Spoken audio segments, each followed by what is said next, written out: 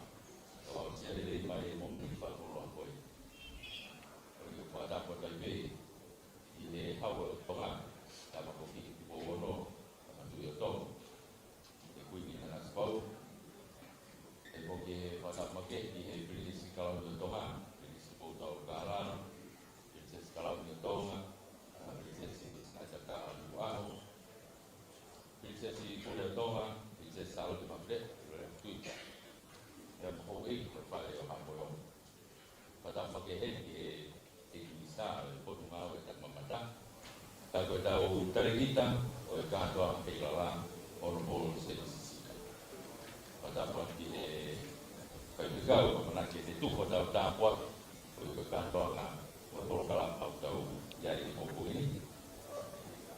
Tei pataku mawahea toi vē, o hiko e Heilala a Lorotonga, e hoki o kau tēni kia mo le Miss Asiki, Miss Heilala Samuel, e kai o kala.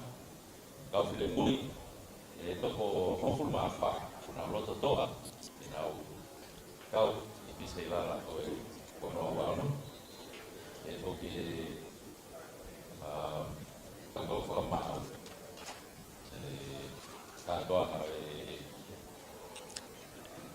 Rocky katoa kai no o mau i tau kau whatongia mamawha o ia mutoro, e hoki tau kau ātita, kau pōpō, kau sponsor, kau motoro o tau whiri tau kau pataha, i heni, o mawhora hoki e kau ahi live stream, kia mai kia hea tō putaha, a te whamarorani. E tari te whiri e kotoro, i he porokalama, a koe interview, raki porokalama o maa e te tāpau whine mui, ko ia, a te tari te whiri e kotoro. We would like to acknowledge the presence of God amidst us this morning. The attributes have been made. Maloi lau malie, maloi lele, and good morning to you all. Honorable Semi Sisika, the Minister of Tourism and Infrastructure, also the Festival Director, Madam Chair Lady of the panel of judges, Mishka Tuifua, and judges. To the Miss Heilala, Sosiana Tamoepeau, Miss Pacific Islands, Heilala Samuels, our beautiful 14 contestants for Miss Heilala 2026. Former Miss Heilalas and contestants who are amidst us this morning. And everyone here in the room and those joining us via various platforms at this hour, maloi lele and welcome.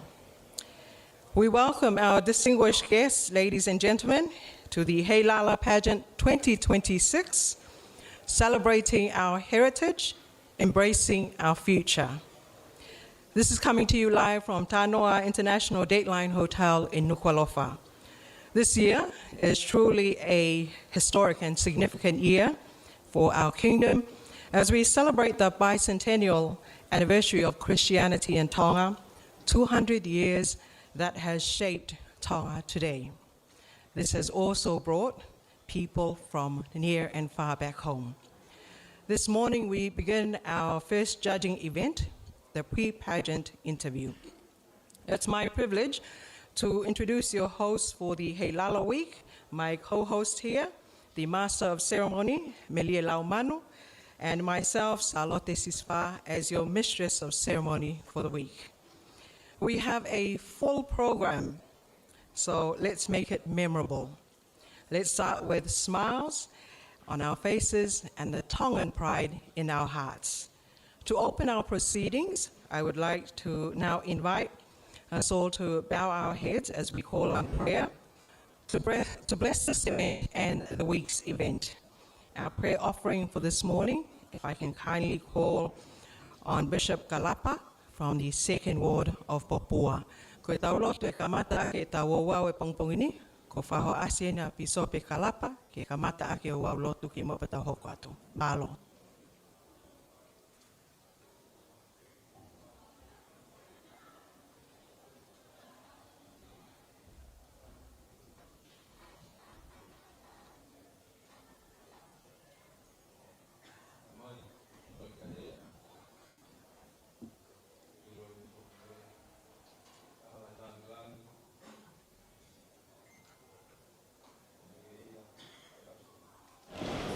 Tua mak go to mau taman mai banyak.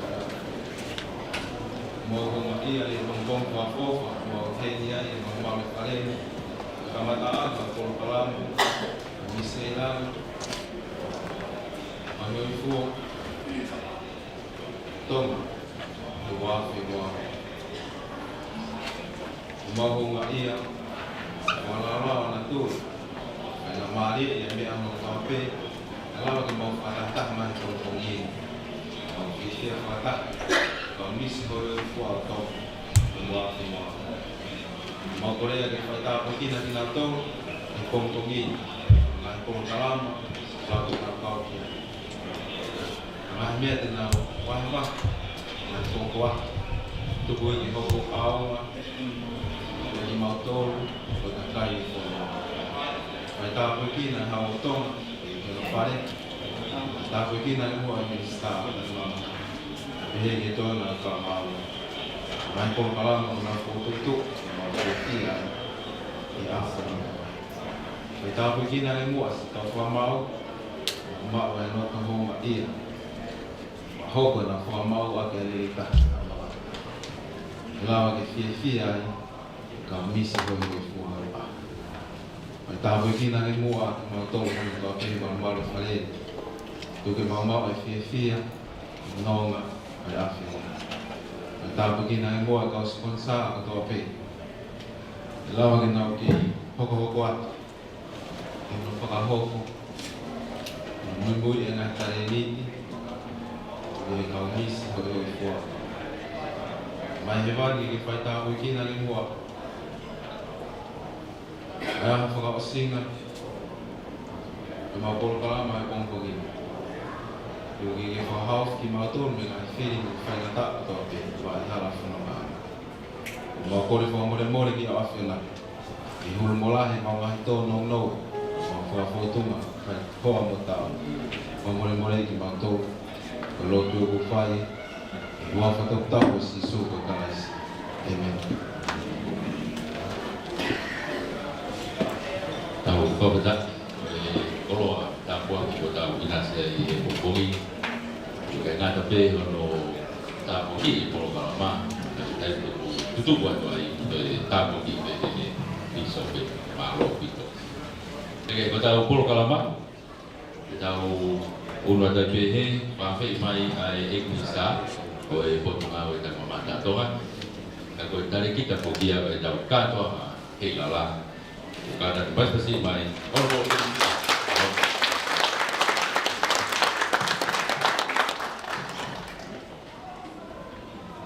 This moment, I would like to invite the Minister of Tourism and Infrastructure and our Festival Director, Honorable Tusite, for the welcoming and thank you remark for you.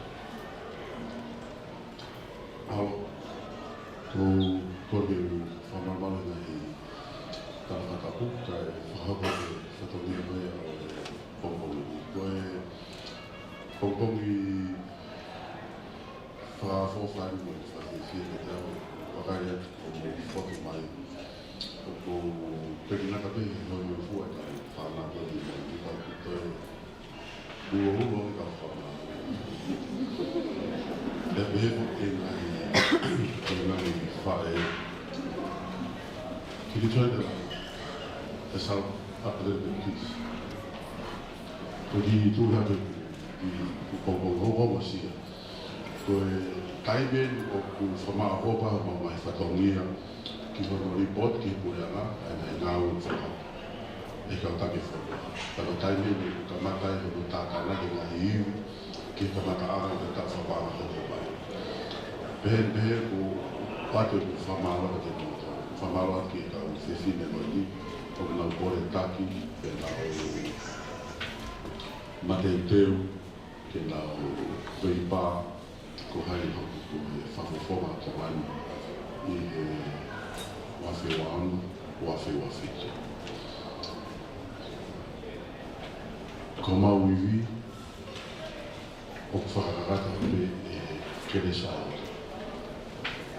Ka pai ai hana i tono no, o ngai whawhotunga e teke kāo, o koutoku, ko whakuru mora e pēta i iwi e waka awa ne tau whiawi, ko le le tahaini e mau whakawhatakia. Ko le le tahaini e mau whiwhiwi ke nau hoko, e kau whamau tonu mai e nau whamau opo, ko e tau ola a whakatuku e hiwi e kātau. I he uri ko osi, nai whapasa te pasetana e whanua. Ke vai vahe i le whanua ke nai potu ngā au e poeanga, ki whanua tauhi, ka mwana tawanaki tātou. E potu ngai tak mamata, nai pasia e paset koe 5 miliona. Koe 2 miliona e au me tau te whakawhamaketi, pepa ni malewa ki ngā au me whatonia, e potu ngā au e ki hono, whanofo, o me tātaki, ia mo no kure, o tau hai ngā e whatakia. I he 2 miliona ki e whamaketi, mahalwe na masini lahi ki ane iwi. I he tau whakatatau koe he ngai o motu Pasifiki, ki fisi, was whaia te he whakafoto, USD, million to market, Fiji. I he tau ngai Pasifiki ki kuka ilani wa moa, na o whiowhia ki he au 4 million. Maybe less or maybe more. Mahinu pe whakatahi, manua, o pakoni. Ai te ngai whanua ane tau whiawa au. Taimo tau pe o ku whi wholaua mai ai a taha i Europe, e Asia, pe ko Amerika Tonga, pe ka whitupe i mamani, a tahi Pasifiki, ko whitupe na waruke. Tau 2 miliona, kai hau 4 miliona e tala. Ai ko whamaloa i ko ki motoro kai na tō. Ko tō rahi tau tō hinu kai na tō. Ko motoro mo hanga whakahato e tau taikara. Makehe me he tāsiri lai. Koe mamanawa mui tonga niu o yo mua whina. Ko mo tā mai si te lai mi whāngi au ni wani e tau. Koe mi vai ua e tatsi e koe wani tonga e whina. Pēne pēhe, koe mau ki hiki whamaketi e whakatangata pēti e 2 miliona. Koe hae mea e 1 miliona e whae ke au mo e whanoa miliona, mo e noa miliona. Aia ku pau ke mau ngā aue mate aki tuia ki hono tuaki ake whanua. Whakarerei e whanua. Whakarerei e destination. Build and develop the destination. Build public facilities, tourism infrastructures, upgrade the products. Ko homo lawa mai, ko mo toro ia mo whakaara e 1 miliona ke ofi hake e tau miliona. He ko whamaroa te te moto. Ma ke he tau ni hen koe ki whakaara ko. Me whaka maari e ke te au ki whamaroa atu, ka tarata whitu ki mo toro mo ai waha mai ki mui. Koe o mai, koe kau, ke o mi whanau ke o mai kau e pokarama. Pea mo whok mai ki ngai whanua tupanga. Koe o mo whanau mai ko mai ki moto anu, ma o sia he pototu, ko ki pacetu ko mai ki mui ala pa veto tāra, la vepe te formasi o ta mamata, la vepe ato he ni ko ni, ko Joey and Lise, and Ato, Maki and Verna. They've been judges, they've been judging over the years, over the past years. But now I lo i le lei o tau i lo i lei pehe o MC. Aia koe ko ngalahi koe o kumine ato he pongpongini, ke te ngata pepo on whakato lahi ka koe whamalo o whahoma. Kumi a ko mo kau mai. O mai turu tāku whanonga, mau mo neo si tau iwi, tau whanfoki aie moe, ka koe whuki malawa e koe tau iwi e tāwhaki e tā. Koe te kehe me ka programa Tanoa. I pot ngawe koe tau patit Tanoa koe hou 4 miliona. Koe whie mau koe e kakai, i he moe. Ko whitalaga nuka kai make i wafu, I malai wakapuna, I ma, I whaitoloa, I a whetu, koe tōre Tanoa. Koe whia mau ko whawhawhau mai whia mai teo miliona koe I vi koe hawhau mai. Ka hai tau mea whai, ko paupe ke tau tuhani, ke tau wako, ke tau mahinoi, o tau e whanua masira. Pa te tau whai whakapope o whanakau, mo tau wiri ngā, mo mea tau ngā. Koe ai ko whahawate I tala monu, ko mau I vi e koe kata angai, e mau teo teo. E ato no no ko koe whamuna mone atu. O whapete tau ngā au whatahape I he keres ai e ki ko e whakarerei pe mo no tō maka. O te fusia whamama pe he au e ni Maria. O tau tā pe mo laka. O se ne tā mo tā wa pe ngai no tō mamai. Tau tā pe mo laka. Ko ia ko talamonu atu I ka whiwhini hoi hoi fua hoi ni. Nā mau ka mata mai ake ananaki lelei koe ni I roto e hau me mou. Ne mako e whae ua tō lai koe ni. Hoko hare no kai ke fu. Ke fu ka kato e mau popo I tō mai. Ka nā mau whae rewa ngai whae whae ko hono ui ngaki mai ni I koe ni. O tō e tānaki mai e mo e whae ua I tō mai.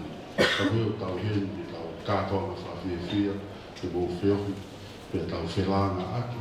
E tau ngai wā, koe whaamiri, koe kai ngā lotu, koe tangata whanua, koe whewhine whanua atu.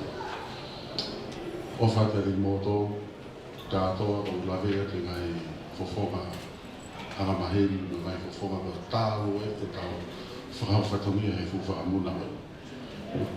Koe hongo sia pengo he rai, koe ki hata e ahana monu ia, o ku whai matea ko tō be ake o whawhonga. Ko Lady Maria ia pe mo Samote, Lilo, ko tau e tētau o fu. Ko kamata mai dohe wingi Heilala, oso whoku na wingi Hawaii mea, ko kuhapa ko le holo kau holo he kau. Kau paka nyufa ku kua mai pe ko ni o ko kau kaki. O festival ko ka kai na kau. Wa mai o asma e mo ni ko mepa, mo o San Francisco. Ma lo fi la la. O mahen pe te pe puri pe o te te o mo mai fi la la ko ngā matea. Ko ngā o ka se whai.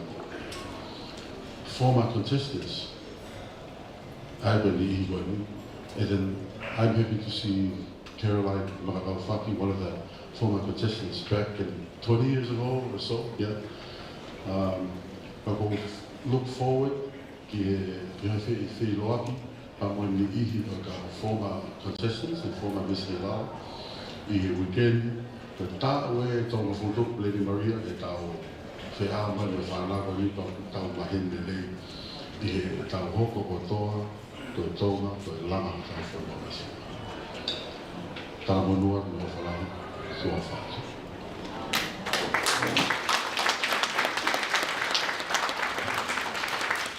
Thank you very much, Honourable Mrs. Sika, with welcoming and also thank you. So that was 2 speeches in one, and you were allowed to do that.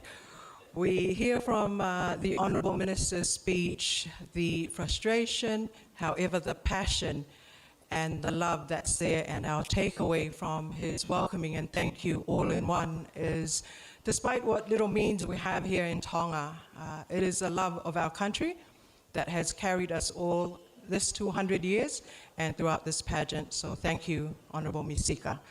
Continue on, to host Heilala Week is no small feat, and to make this happen, it happens because of the generous support of those in financial aid. So this moment, we would like to acknowledge those who have sponsored the Heilala Festival 2026. The acknowledgement of sponsors, supreme sponsors for 2026 is the Government of Tonga and Fiji Airways. For our elite sponsors, MBL Bank, Tanoa International Divine Hotel, BSB Bank, Chinese Embassy, New Zealand High Commission, the Hobo Arts, Tonga Statistics Department, Fire Star, and New City. For the platinum sponsors of 5,000 Paanga, Digicel, Lion Liquor and Tonga Cold Store, Friends Cafe, Tonga National Reserve Bank, and also the Australian High Commission. For our gold sponsors, we have Tonga Airports Limited, Chef Zero, Builders Burger, Star Rentals, Sunshine Rentals, Tonga Chinese Federation, Hot Pizza, and Little Italy Hotel and Restaurant. And for our silver sponsors, we would like to acknowledge M&J Water Rank Company Limited, Nuku'alofa Outrigger Canoeing Club, the Ancient Tonga Anahulu Events, Liu Guest House, Fato Mafi Finance, Siekafa Media, Fato Mafi, and Kava Trading. That is our silver sponsors. And for our bronze sponsors, we have Michael Enterprises and Wilco Hardware. Please, can we have a big round of applause? As acknowledged at the beginning of our program, for this first judging event, we have our judges. And at this moment, we'd like to acknowledge and introduce our panel of judges for this evening. The chairperson of judges, can I kindly ask Mishka Tuifua. Ladies and gentlemen, a round of applause. Mishka Tuifua is the chairperson of the Tonga Tourism Authority, a government agency that focuses on marketing Tonga as a premier tourism and investment destination in partnership with the Ministry of Tourism and Tonga Tourist Association. The Heilala pageant offers a powerful platform to showcase Tonga's uniqueness through our brave and beautiful contestants, and the Tourism Authority is a very proud supporter. With executive leadership, experience across banking and government, Mishka champions tourism as a driving force for Tonga's economic growth and is honored to serve as chairperson of judges for the Miss Heilala 2026. Mishka Tuifua. And for our 5 judges for this morning, we have judge number 1, Joey Matai.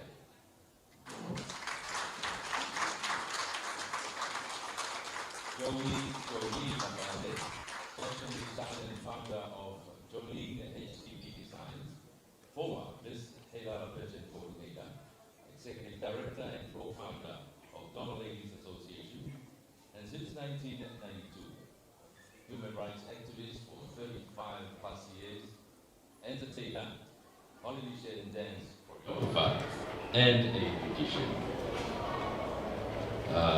Co-founded the Tonga Ladies Association in 1992 and serves as its executive director. In 1993, established the Miss Galaxy pageant, a cultural pageant to celebrate ladies, and while independently raising funds by local HIV education and community welfare projects, and the Tonga Ladies Association have awarded 84 scholarships since it started in 1992. Beyond her 2016 U.S. Women of Courage nomination, Joey Matai's contributions have earned several royal and international accolades.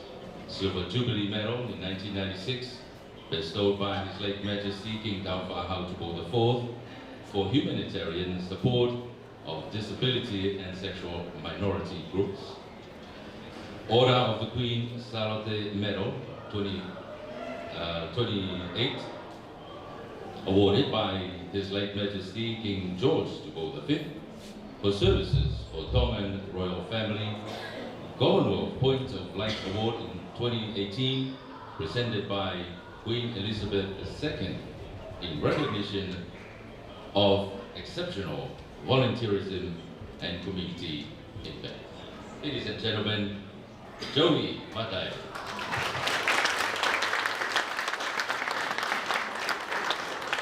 Our second judge for this morning's event, we have Liz Sullivan.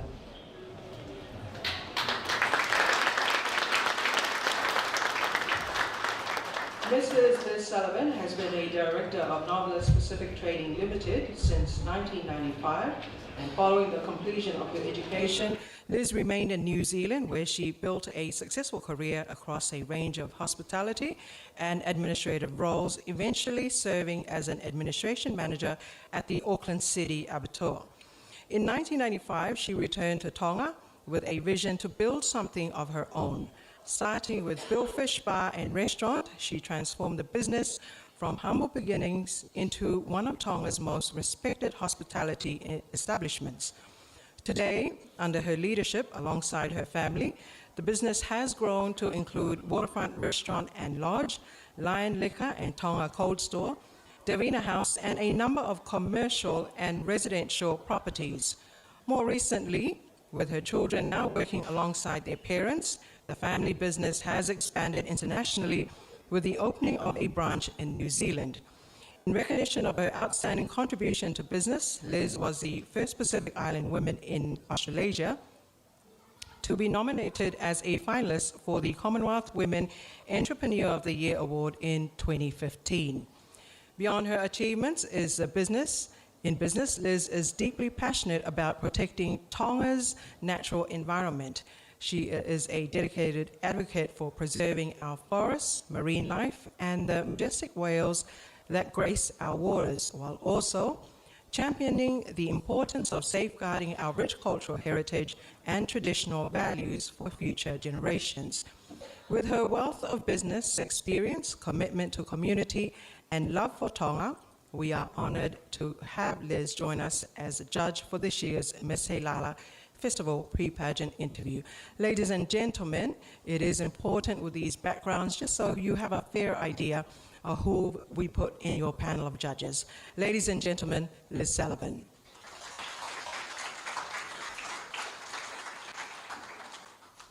Please welcome our judge number 3, Mr. Liam Takau.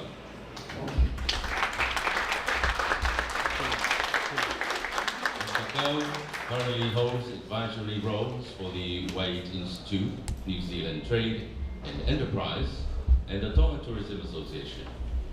He is a former CEO of the Ministry of Tourism and former General Manager of the Tonga Tourist Authority. He also volunteers on a number of boards, including the Tonga Rugby League, Tonga Federation of Boxing, and the Equippers and Ex-Community School Board. While he may be a person with many hats, his most favorite hat is that of a father for 4 children. Please welcome.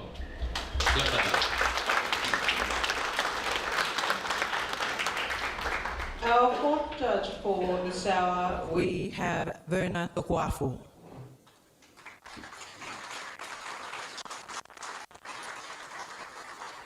Verna Tukuafu is the Pacific Area Manager for BYU Pathway Worldwide, where she collaborates with governments, educational institutions, employers, and community organizations to expand access to education, workforce development, and meaningful employment opportunities across the Pacific. Verna holds a Master's of Business Administration and is a proud graduate of Brigham Young University, Hawaii. And during her time at BYU Hawaii, Verna performed for several years at the Polynesian Cultural Center, an experience that has deepened her appreciation for cultural diversity and fostered lasting international relationships.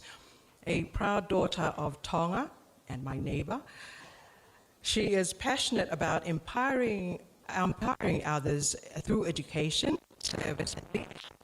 Verna is honored to serve at this panel of judges and looks forward to celebrating the confidence, the talents, and potential of Tonga's remarkable contestants.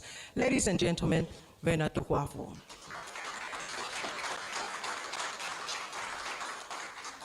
And for our judge number 5, Adol Make Helu. Adol Make is a prominent Tongan educator, musician, and senior lecturer in music at the Atenisi Institute in Nuku'alofa. She is heavily involved in continuing the legacy of their father, the renowned Tongan philosopher and scholar, Tusite. She serves as a senior lecturer in music at Atenisi Institute, a mezzo-soprano vocalist, and has performed in international venues, including Sydney and Auckland town halls. Her focus on preserving both classical European music and traditional Tongan arts of Whaiva. She's also served as the Institute's Vice Chair. Please welcome Adol Make. And lastly, for this panel, I'd like to introduce our scrutineers for this morning's program. First scrutineer, Nirashan Desanyak, the Manager of Operations of the MBF Bank. Nirashan Desanyak's background, senior banking and operational professional with over 20 years of international experience across banking, financial services, and corporate operations in Tonga, Papua New Guinea, and Sri Lanka. Currently serving as a senior manager, banking operations at MBF Tonga, with responsibility for operational governance, regulatory compliance, and process improvement. He started banking career with HSBC in Sri Lanka in 2005 and has accumulated more than 15 years of banking experience across leading institutions including HSBC, Nations Trust Bank, National Development Bank, Union Bank of Colombo PLC, and MBF Bank, complemented by senior executive roles in Papua New Guinea. He holds an MBA from London Metropolitan University and professional certifications in retail bank management and private banking, known for his strategic thinking, strong operational execution, strong decision-making, governance excellence, customer focus, and sustainable business growth. Ladies and gentlemen, we are in the good hands of Mr. Nirashan Desanyaki.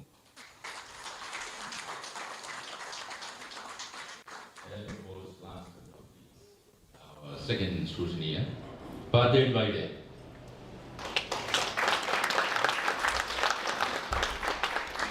She holds a Bachelor of Science in Computer Science and Information System from the University of the South Pacific and 3 years of banking service as the head of payment at the Bank of the South Pacific, Tonga Limited. Please, again, a round of applause.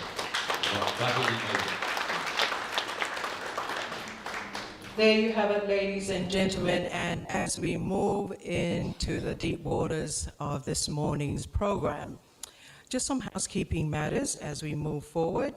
We'd like to ask all of you present today, if you could please switch off the volume of your phone. Note that there is live stream here from Television Tonga and also Broadcom. So for those of you that would need footage, you could take it off there so that our program can run smoothly.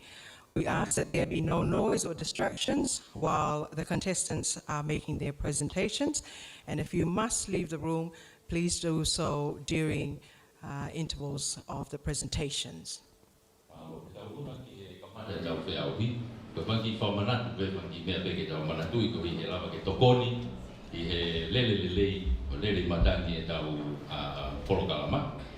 Kapau kata tu kau mengahi telefoni, mengahi nau fa elektronika ko kulomoa datang kata tu tamte ko tui ko be ki sai be kata tu fasisi be halomoa I rolotonga ko e fa ko ngahi polkala ko ia de ko misi be kapau ko ke firma ko ke mama be loki e fa inga dai me ko ni ke kata ki o tantari ke os ke paha ko e fetong ni ka u bisi pagto kuwa ito ko ke o ai kuhas ai roto ai paha ko e polkala ma malo. Just so that we're all on the same page and understanding in terms of the method of judging that will be used by our judges for the pre-pageant interview, firstly is the dress code, which is the Tonga national attire. The criteria used will be elegance and eloquence, the presentation and expression of topic, the quality response to questions, the in-depth knowledge of topic and intelligence, and also the clarity of speech and emotional control.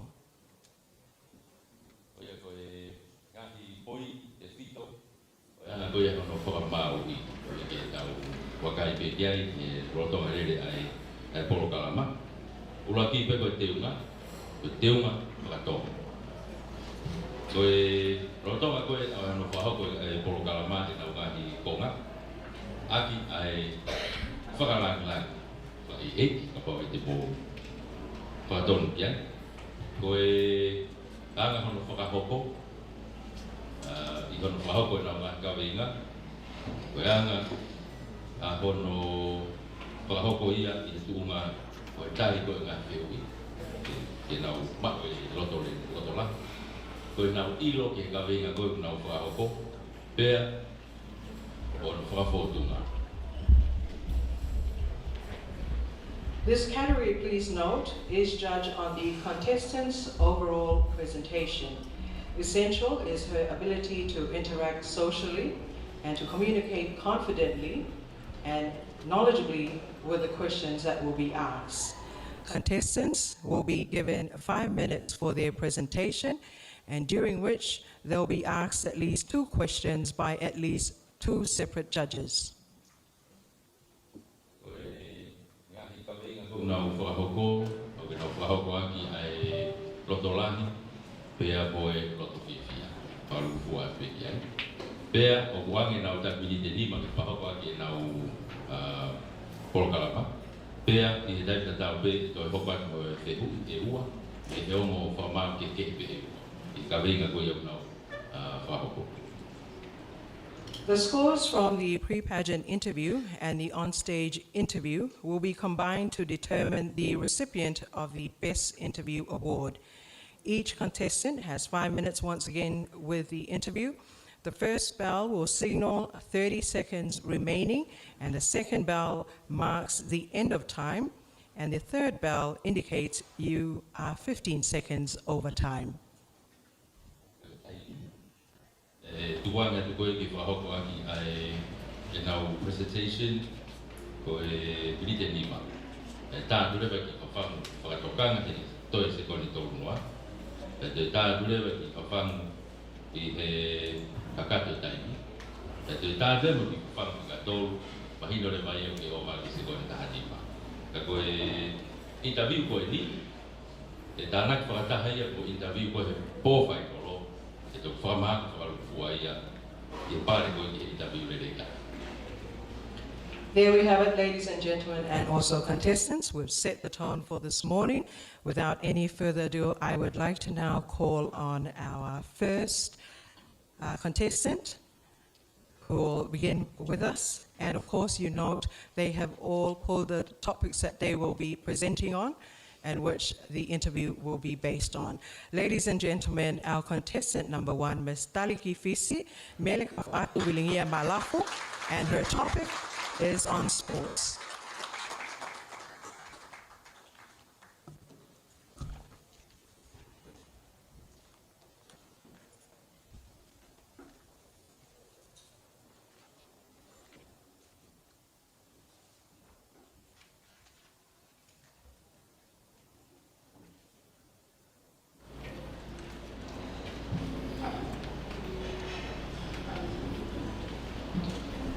Pagatapu ki e tau tamai o ku awhio I Hewani. Pagatapu ki e ne awhio tupo ono. Moe hoi ki hono katoa. Pagatapu ki e kau whakamau. Pagatapu ki e Heilala Committee. Pagatapu ka mga Heilala competition moe ngahi tuanga hono katoa. O kutu ke ka pagatapua. God is good. All the time. All the time. God is good. Good morning. My name is Mele Kapuatu Vilinia Maafu, and I will be discussing the role sports has in our community. Sports are not just an organized, competitive, physical activity. It is a way of life. Participating in sports allows for a healthy lifestyle, growth in education, and character development. Our bodies are a temple, so we must treat it as one. Playing a sport, or even finding light movement, such as a brisk walk or simple jog, for 20 minutes after a meal will help your physical health as well as your mental health. Athletic scholarships allow our youth opportunities to further their education. Loma alone receives athletic scholarships every year from sponsors that are overseas. The person that receives athletic scholarship must learn quickly how to balance studies while also performing well with the set team. If the balance is not found, there will be consequences tied to each decision. To students that struggle to find the balance, please speak up. Reach out to your family, your coach, your teammates, as there are many people willing to assist. Do not rob yourself from the opportunity God has provided you with. People that have received scholarships in the past never forget their roots. They return to Tonga, share the skills they've learned with the new generation. I highly encourage people of all ages to find a sport of any kind that puts them at ease. You do not need to play contact sports, such as rugby. Joining a dance group, a run club, or playing pickleball will do the same trick. The reason you should incorporate a sport into your daily life is it will teach you respect, self-discipline, and confidence. The amount of character development one can receive is endless when it comes to sports. Everything I shared might sound like a lot, but keep in mind that God intended for our lives to be simple, but we as humans tend to overcomplicate our decisions. So I would like for you all to join me in singing a song we were taught as children as a simple reminder. Please join me in singing Lawe Toi Tapu, which is my favorite and first Tongan song that I learned as a young child. Lawe Toi Tapu, pe lotuma upe, lotuma upe, lotuma upe, Lawe Toi Tapu, pe lotuma upe.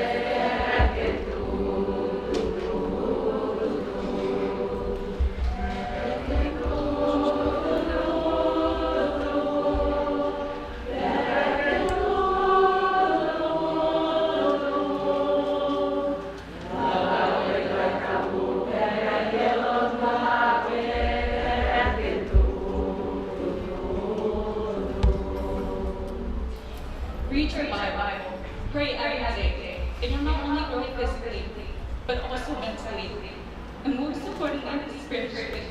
Maloha.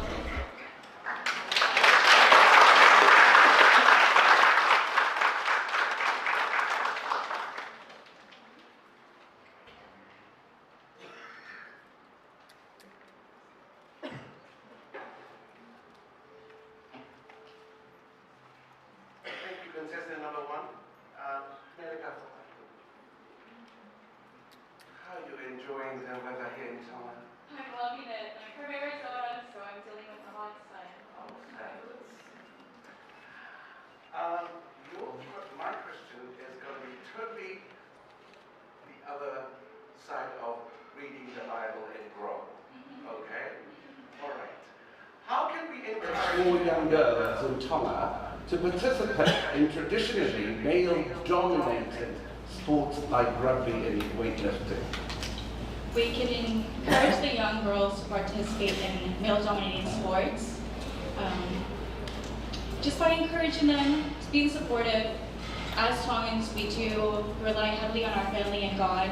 So if we often pray and just reach out and lend a helping hand, but also to have the rugby players have a helping hand with the young women and maybe teach them a few moves and just offer a word of encouragement.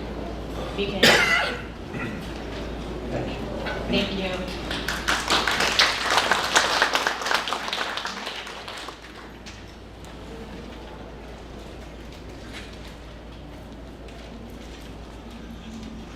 I know it's very nerve-wracking standing up there in front of everyone, but you've done very well. Thank you. Team sports are proving to build character. How can a sports program be used to keep youth away from crime and antisocial behavior? Sports can be used to keep away generations and people of all ages away from crime and other activities by simply building a routine. Having a routine, simply just waking up in the morning, having your breakfast, and then also finding some leisure activities that also can go into sports, can help reduce the amount of crimes that one can commit if you are putting your time into other things and keeping yourself busy.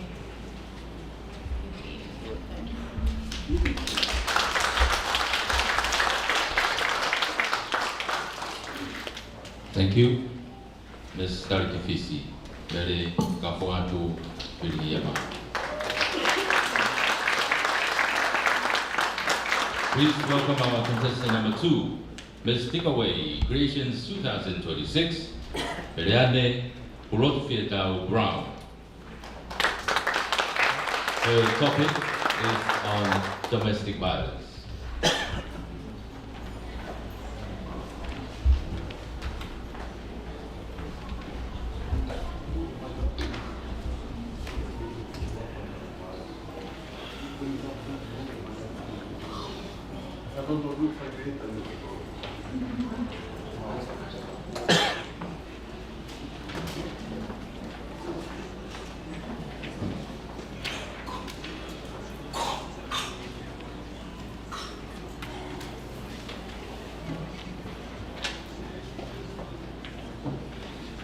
Just as Ms. Dikaway is preparing her presentation this morning, just reminding all of you here, our second judging event will be happening this evening at Atele Indoor Stadium at 7 p.m. this evening. And for those of you that are watching from home, do take note that Atele Indoor on the top, which is, I would say, the best view, it's free. So you're more than welcome to join us this evening. It's the Tau Olunga competition of all the 14 contestants. That's this evening at Atele Indoor. Also happening this week, we have the Sarongware, the Talent, the Island Creations, and of course, rounding up the week with the Heilala Ball happening on Friday. So for those of you who cannot join us this morning for the pre-pageant interview, we invite you starting this evening at the Atele Indoor Stadium. You're more than welcome. For those of you who are not joining the tables of the sponsors and those on the ground, you're more than welcome to come join us at Atele Indoor Stadium on top. We have 14 beautiful contestants here and families who have traveled near and far to compete in this event. I believe our Mystica Way is ready with her presentation. Ladies and gentlemen, Meliane Bulot Brown on domestic violence. Good morning, everyone. Sorry about the delay.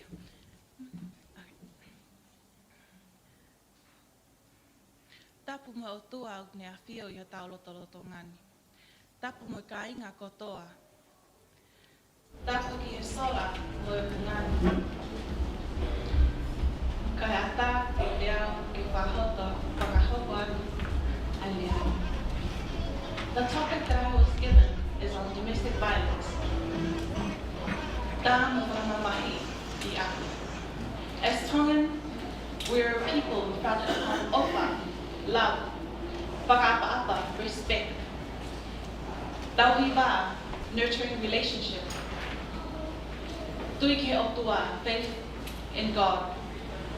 The values shape who we are as people and how we care for one another.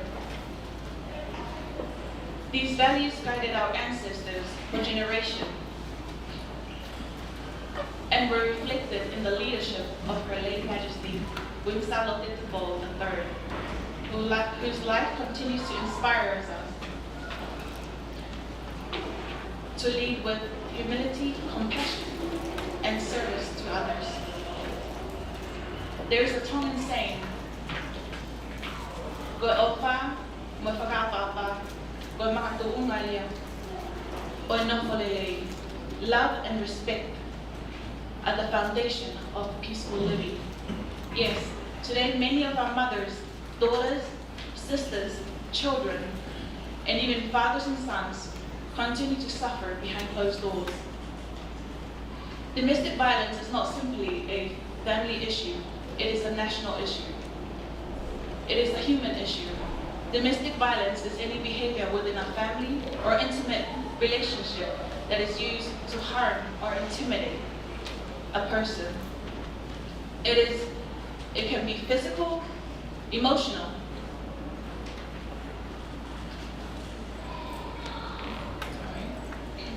it can be physical, emotional, psychological, or financial.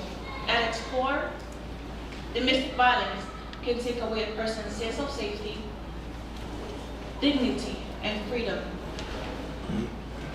Earlier this year, our nation mourned the heartbreaking loss of a 43-year-old mother of 4 from Wava'o following a domestic violence incident. Our nation prepared to celebrate Mother's Day. 4 children instead face life without a mother. One act of violence changed generations forever. Sadly, this tragedy is not an isolated incident. According to Tanoa police, 767 domestic violence cases were officially reported in 2023. By 2024, the number had risen to 865 reported cases, an increase of 98 cases, or nearly 13% in just 1 year. Whilst nationwide statistics for 2025 and 2026 has not yet been officially released, these figures remind us that domestic violence continues to affect families across our kingdom. But perhaps the most heartbreaking statistics is the ones that we have not counted or measured. And these are only the statistics on reports that have been, on cases that have been reported. Many survivors never come forward because of fear, shame, financial dependency, concern for their children, or pressure to keep silent. Behind every statistic is a face. Behind every number is a mother, a father, a daughter, a son, a child longing for a place for peace within their homes. Yet despite these challenges, there is hope. Across our kingdom, organizations such as the Women and Children Crisis Center have become a refuge for survivors of domestic violence.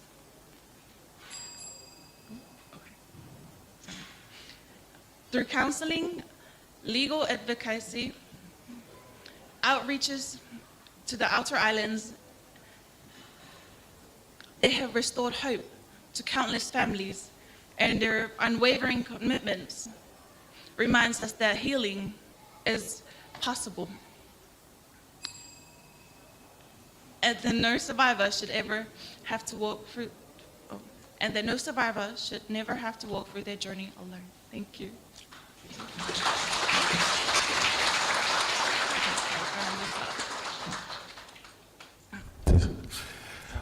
Thank you, Ms. Takeaway.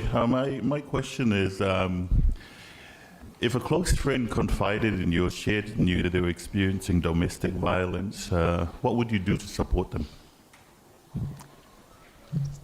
Sorry, could I please have that question? If a close friend shared or confided in you that they were experiencing domestic violence, what would you do to support them? What would I personally do to support them?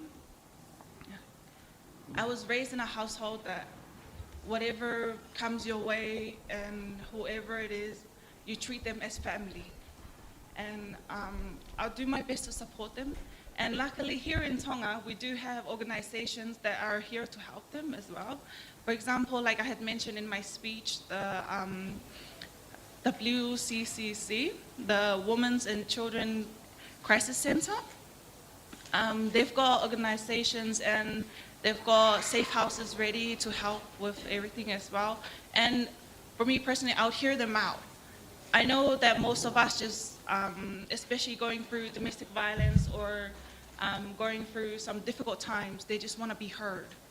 And yeah, thank you.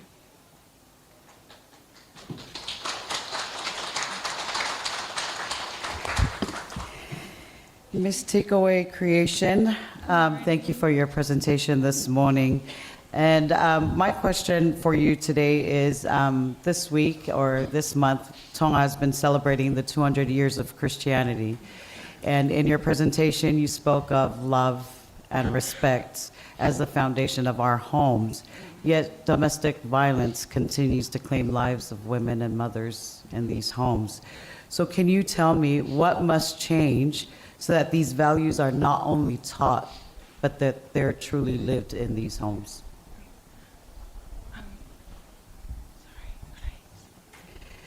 What must change? What must change so that the values, the love and respect that you talk about in your presentation is not just taught in the home, but is truly lived? What must change? In my own opinion, the thing that we should look at mostly would be we must teach our children that home is your first school. And you should also teach them it's also your safe space. It should be the place you should feel the most safest in.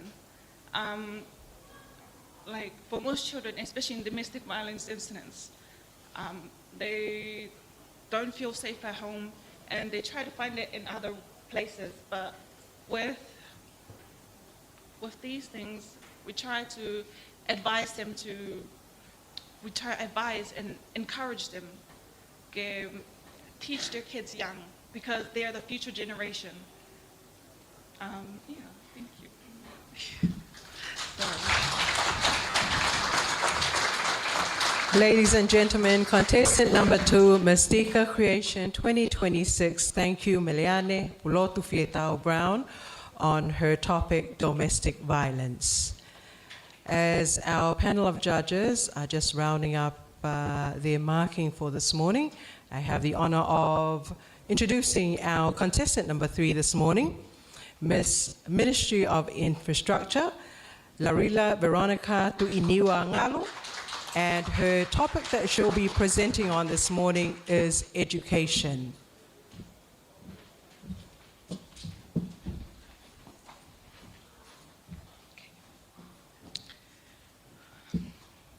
Tulo atu. O ko kole ke hufanga e whataf ko o sono whaki, ka tāke whahoka tō glea e ka wenga o ako i helea Whapritania. Ko ka wenga, ko ako, ko mama ke ka hao tonga. Education, the light of Tongan's future. When we hear the word education, many of us think of classroom, teachers, and books. But to me, education is so much more than that. Education is the little girl who wakes before sunrise and walks to school carrying dreams that are bigger than her circumstances. It is the sacrifice of her parents who work tirelessly so their children may have opportunity they never had. Education is hope.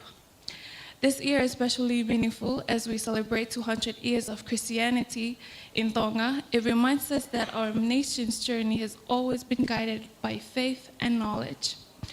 More than 150 years ago, our beloved King George Subo I found inspiration in the words of Hosea chapter 4, verse 6, "Ok auha hoku kakai ko masiva ilo." To him, this was more than scripture. It becomes a vision. That is why he gave our people a constitution. That is why he made education free and compulsory. Because he believed that the greatest wealth of a nation was never its land or its resources. It was its people. His vision for Tonga is beautifully reflected in the 5 guiding fingers of the hand.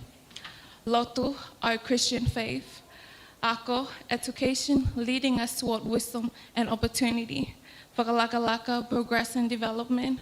Tukufakaholo, our cultural language and tradition. Tawataina, our independence. This principle are not only the legacy of King Dubo I, they are the foundation upon which continue to stand as Tongans. We know that education does not begin at school. Ko api ai uluaki abiako. Before we ever learn mathematics or science, we first learn respect, humility, service, and faith. We learn what it truly means to be Tongans, because education is not about filling the mind, it is about shaping the heart. It is about today. I believe King Dubo I's vision has been fulfilled in remarkable ways. Tonga has produced an extraordinary number of highly educated people across the world. They are living proof that the seed King Dubo I planted generation ago has borne fruit. Today, our challenge is no longer a lack of knowledge. Our challenge is ensuring the knowledge continue to build Tonga. Many of our pride mind leave us short because opportunities overseas often greater recognitions, better career pathway, and the chance to fulfill their skills and expertise.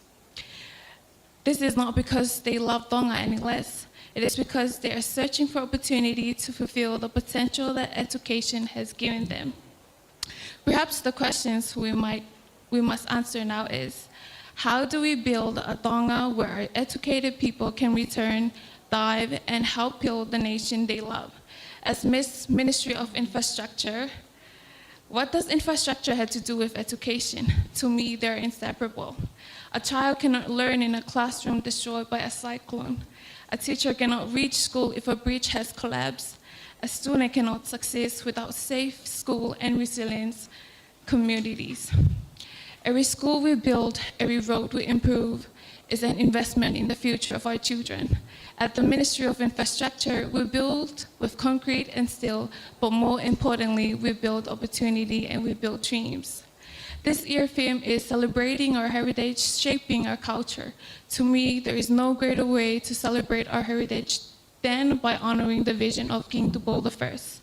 And there is no greater way to shape our culture by raising a generation that is educated, compassionate, humble, and proud to call Tonga home. Because education is not measured only by degrees we earn, and measured by the lives we change and the community we strengthen.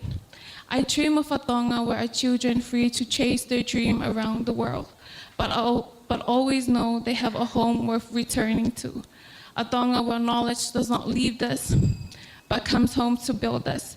Because the greatest legacy we can leave behind is not only educated mind, it's educated heart. Heart guided by lotu, enlightened through wako, strengthened by whakalakalaka, grounded in tok whakaholo, and protected through tawataina, so that every generation may proudly declare, ko atua mo Tonga, ko hoku towhia, malo pito.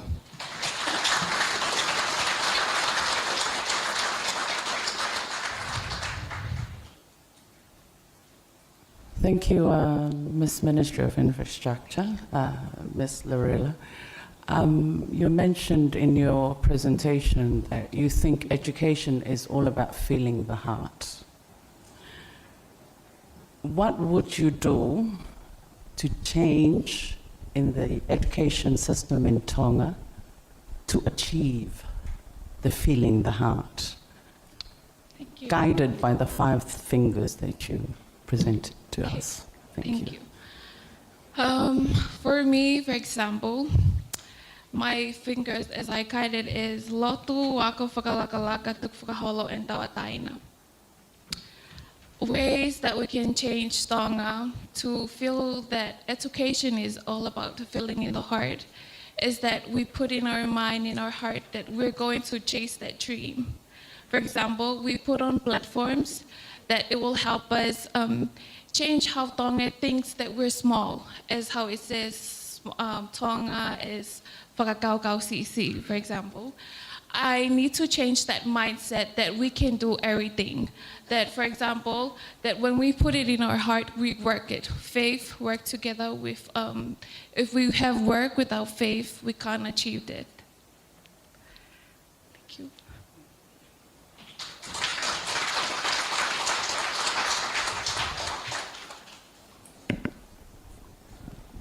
Hi, Lorilla. Hello. Are you nervous? No. Don't be.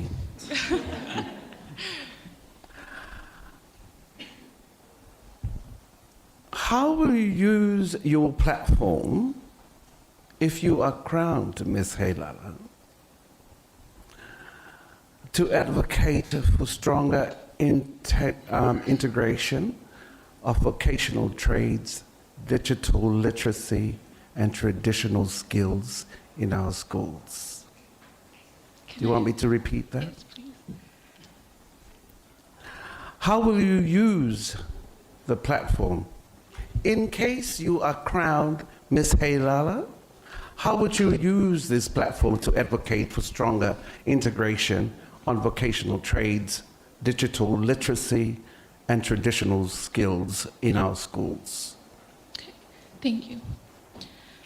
For me, if I will be crowned and be honored to be a Miss Heilala and try to help younger children to, with my topic in digital or in traditional, right? For me, I will put on a platform that will make generations be more like what's the word? Ai hame au whakaai ki nau tolu ki nau te matua ke ngai ako ke mahu inga maria ke te nau tolu ai ako o ka matahangi ko mention ko api ai lua ki api ako.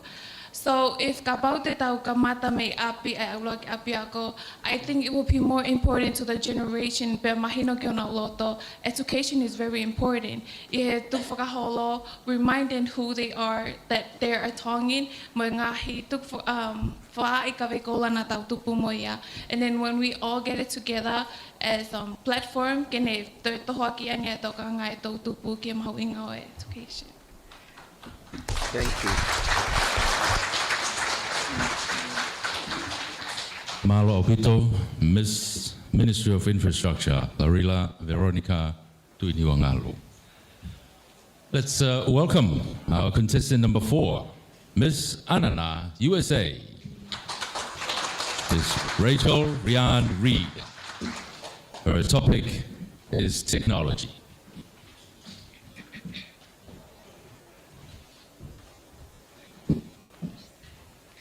Ladies and gentlemen, honored guests, and cherished families and friends, I'd like to thank our Heavenly Father for this opportunity to speak to you all today on the topic of technology. Malo lele, ko hoku hingoa Rachel Rian Reed, o ko whakafofongai I am Miss Anana USA 2026. When discussing technology, we must acknowledge its dual nature. New technology is not good or evil in and of itself. It's about how people choose to use it. Like any tool, technology contributes to Tonga's benefits depends on the user. If used properly, technology can increase accessibility of educational resources for our Tongan youth, advance Tongan's healthcare, and give our local Tongan businesses a platform to market for themselves. For instance, sites like Airbnb, guest homes have given Tongan landowners the ability to rent out their properties and increase tourism in Tonga, thus benefiting our economy. Additionally, advancing Tongan's healthcare tech not only improves public health, but also drives economic growth by creating job opportunities to support local families.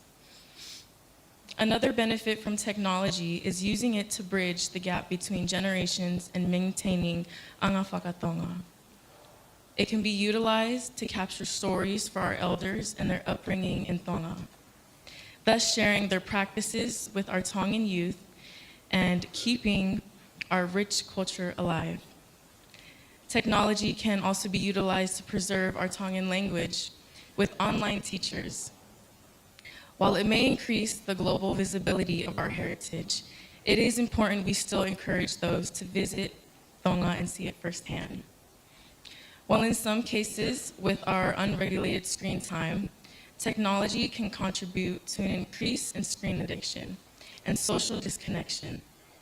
However, in many cases, it has also maintained connections and assisted Pacific Islanders to keep in touch with their loved ones overseas. Examples like Facebook Messenger and WhatsApp all have contributed to keeping families connected and uniting extended families. From my own experience growing up overseas, I was introduced to technology at a young age, and I've seen the benefits and the growth that it has on the economy around me. So I know it can have a positively impactful effect on Tonga to have as well, if used in a beneficial way. Going back to the point I made of using technology to share our culture and heritage, as for myself, not growing up on the island of Tonga, I always felt some sort of disconnection. I can attest that growing up with technology at my fingertips helped me learn more about my Tongan culture. It also gave me a peek of what home looked like and allowed me to feel close to my heritage even through a screen. This motivated me even more to come and see Tonga for all its beauty for myself. Through social media, I've been able to see streams, just like right now, videos of family, the beauty that is posted for tourists, and the grace and significance and religion that Tonga has. As for the last remaining monarchy in the Pacific, technology can help not only promote, but share the story of the friendly island, which I had with others growing up. In summary, technology's connectivity serves as a stewardship. How it's chosen to be utilized will provide itself as a community blessing. There is a saying that everything happens for a reason. I do believe that we are blessed with new opportunities and given tools to help us access these blessings awaiting. It's truly how we proceed to access and use it that can determine the positive outcome and that can be connected to technology for Tonga. Malo pito.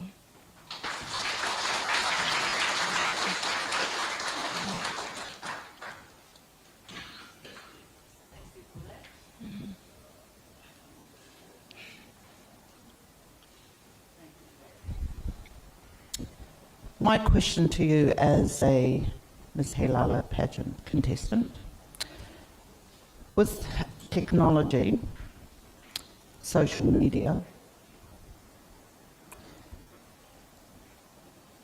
what can you do to be helpful and advise youth about how to use this in a positive way to encourage them in education, as it is a form of when they're walking with their phones as a laptop for education and learning skills? What would be your question? What would you tell them or encourage them about the positive of technology? Thank you for that question. I do believe that education is very important, and growing up, all the tech was around us and everything like that. To have a system or a platform installed while in school to teach the kids how to use technology properly, I know can benefit them very well, to teach them the positives, the negatives, and how their words can really, what they put out in the internet can really affect somebody. What I would tell the youth is to be mindful of everything that is put out, because you never know. But I do believe that having that taught in school is very important for when they're young, so that when they get older, they know more of what they're using, that it's not just some toy, but it can go a long way. Thank you. Thank you. In your presentation, you actually touched on tourism and the benefits of technology to economic development. If you could create one technological innovation to help tourism in Tonga, what would it be and why? Thank you for the question. I have a true passion for the elderly and the stories that they have. If I were to create something, it would be a platform where we have our elders tell their stories and record it so that we can hold on to it. But for the tourist part, to have it online on social media so they can come and experience, so that people can travel and come experience who that person is that told that story and what they have to show and their upbringing as well. Thank you. Thank you. Ladies and gentlemen, your contestant number 4 there, Miss Anana USA, Rachel Rihanna Reed, on her topic, technology.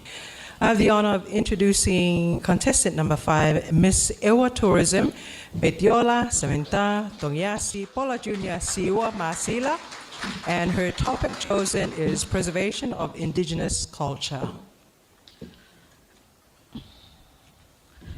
Paloveape, Vahewowa Besion.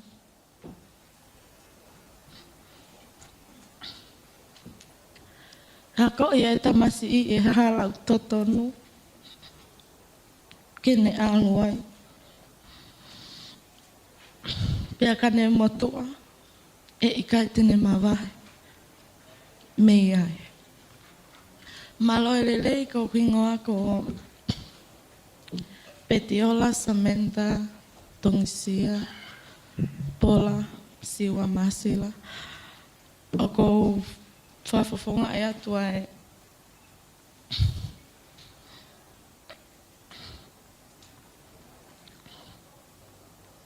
Miss Ewa Tourism,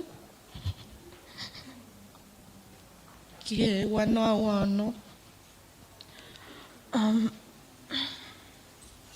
Foi mea ni koe ki toi pau ua, koe ku tangi au.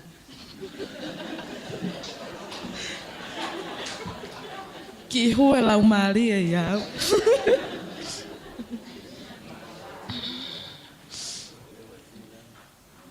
Kore ke hufanga ngai tala whakatapu ko oso no au whaki. Ka ata mo o ke ulawe ke kawenga nai. Whai ke ai a ahoi ane nai. Aya ko kawenga pehe. Preservation of indigenous culture. Preservation kono uhinga te whakatonga te koe ke whaasai e rea whakapala papalange kau ewa. Aya kono uhinga koe malu i tau hi ke malu pea pasi ke poke mao. Koe indinin mea pehe rifia.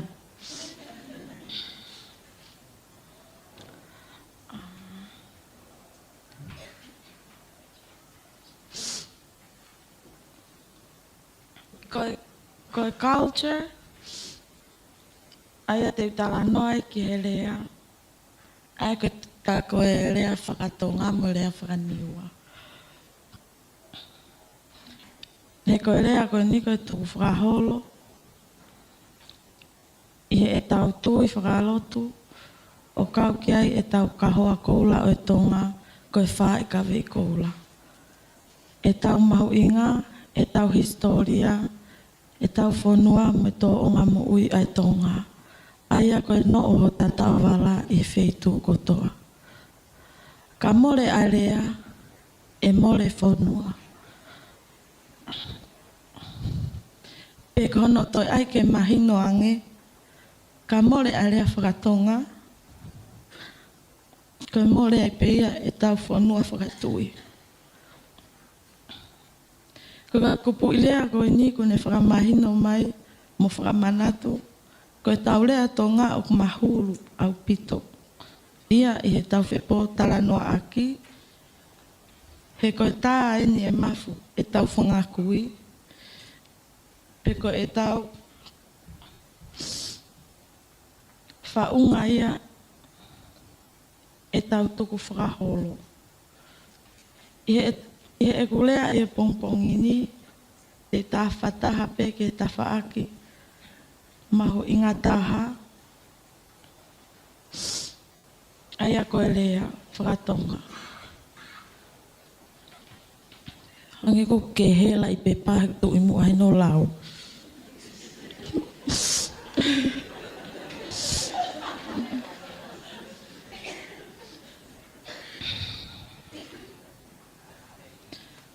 Koe lea, koe whaunga pe koe tupu angaia e tau tuku whakaholo. I he lea, ko hono pāsi a oi ilo, pe koe knowledge, e tau whangakui ki e whangamoko puna, aia ko koe pia moau. Through language, we express respect, love, and our identity as Tongan. Koe rea tonga, koe koloa mahu inga. Tau ngata i he kwaito i iloho kua tuku ngalo me ai.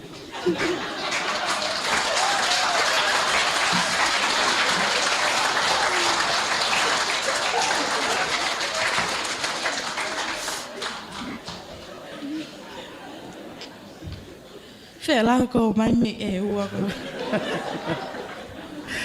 Malo a pito Miss e ua. Whakawhiawhia mau pe ki tau tolu. Ka koko whehu i pe i he pongpongini na ke tala noa ki he rea whakatonga.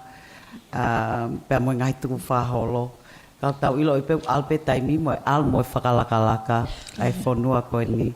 Te ke lava o tala mai pe koe haha whaunga te tau lava tau hi mauia e tau lea whakatonga mo tau ngai tuku whakaholo. Ka tau teu i pe mo e tau tupu ke nau whehangangai mo e ngahi niri o ka hau. Taki lau i me ka atake te whanopati. Ko ia fu mawhai. Whaunga whewhe ha tau hi e tau lea whakatonga mo e tau ngahi tuku whakaholo. Ka tau teu i pe mo e tau tupu ke nau whehangangai mo e ngahi niri o ka hau. Ia. Kia te au, tō gani e tau kehe ana fo i tāria gani me wheheu i. Kia te au koe mea peke tau whai koe taimi ko tupu hakai whanau koe nau ke iki. A koe ne ki nana ki nau tō. Pea tala noa ka nau tō ke nau ilo e ngahi tō o ngā whaka ui ngā a koe ne ki nau tōlu e tō o ngā whaka whanua atonga. Ko ia. Ai peke ngā tāna a kai hawata mai ki unsai e nau rea.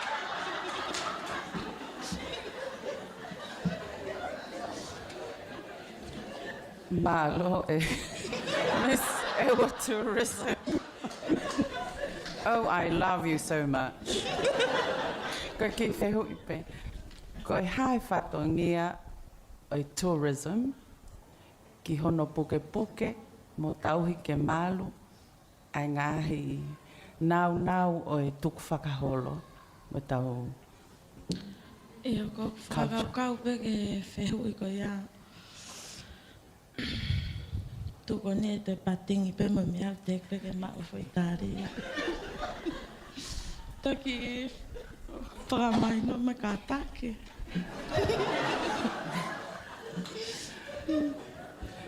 Tau pepe o kuke whahok whatongia e Ministry of Tourism e waako ia i ewa. Ko ha a whatongia o potu ngā au e tak mamata ki hono puke a e tau ngahi nau tuku whakaholo mo e culture koe na ki tala noa ki ai. Ko e whakakau ki ai, ko e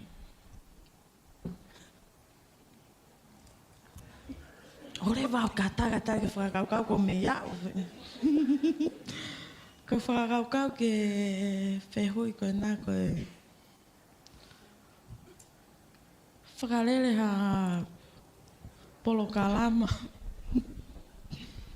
Ha polo kalama a e takmamata o hinga ke whai moa ki ako ai. Ko ia, te wala awila. Oh, thank you. Mahalo. Thank you very much.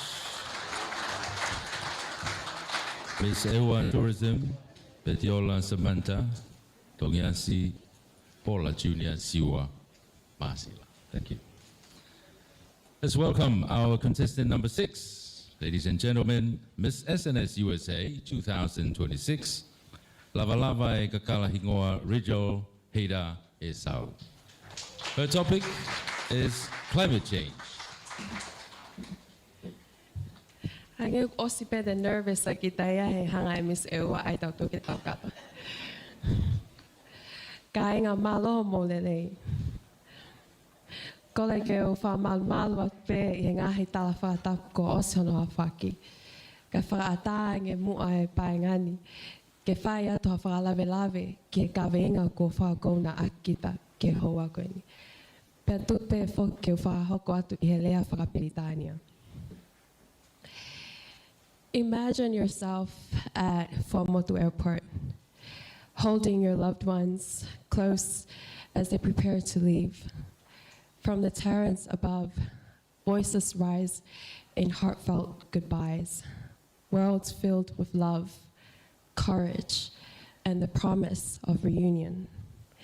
Even as tears fall, there is a powerful reminder, bonds of family and community endure across distance, and hope is stronger than sorrow. Hold that feeling in your heart for a moment. It was with that same spirit of hope and determination that I embraced my topic last week, climate change, building a resilient Tonga. Because while the challenges we face are real, they do not define us. What defines us is our strength, our unity, and our ability to rise together as people of Tonga.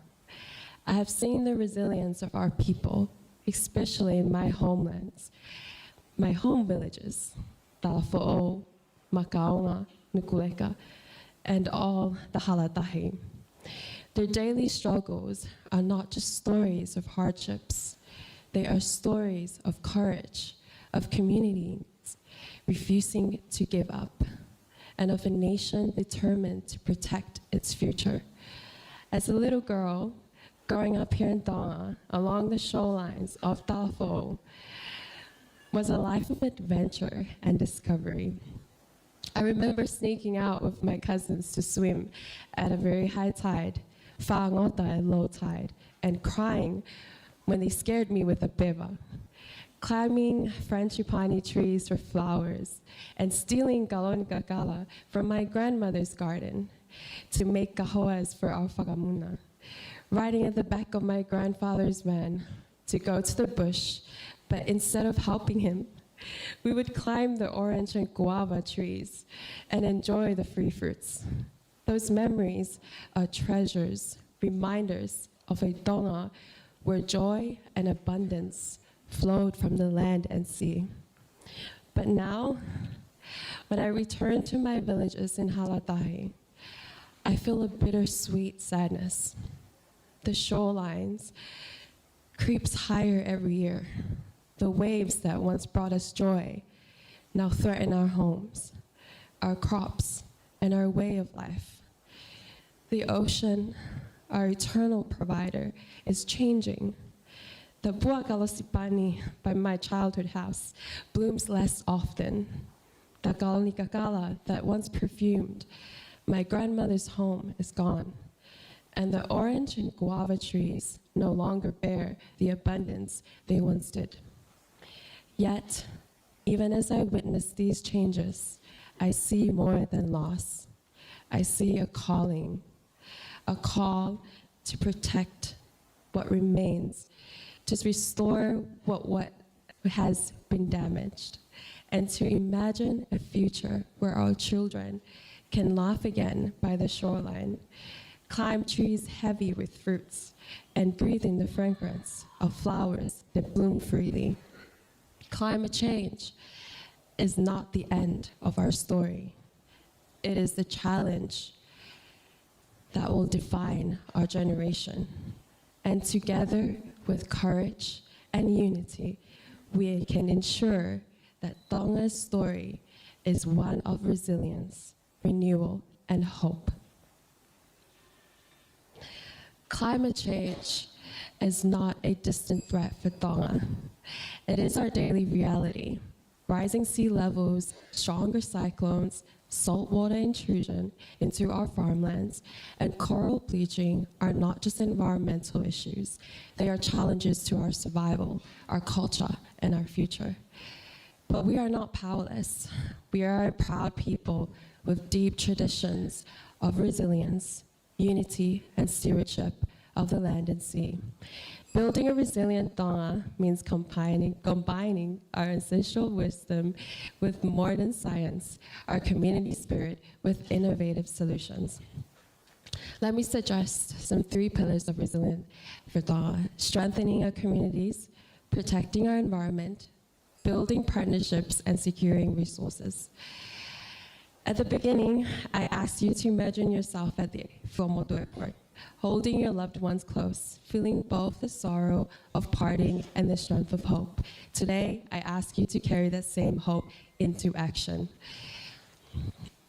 Let us commit not tomorrow, someday, but today, to act, plant a tree, restore mangroves, teach our children the value of the land and sea, support renewable energy, stand with our neighbors.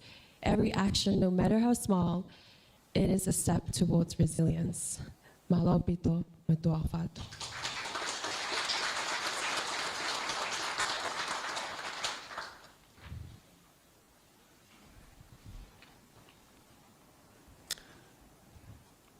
Miss Lava Lava,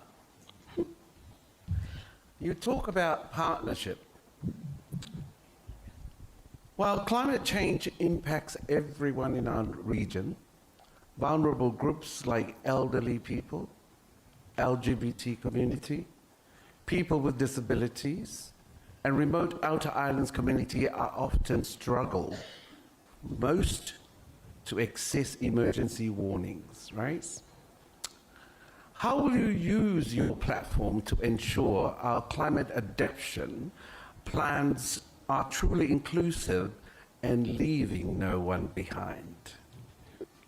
Thank you. In my speech, I did talk a lot about working together and unity. When we talk about climate change, I know to address these issues, we cannot do it alone. And I believe in the fact that if we work together as people of Tonga in addressing the issues of climate change, using the platform to really help our people and connect with them and their perspectives of climate change, and really help them understand climate change and how it can affect their lives, and therefore finding solutions and ways to be more prepared for the impacts of climate change. Malo pito.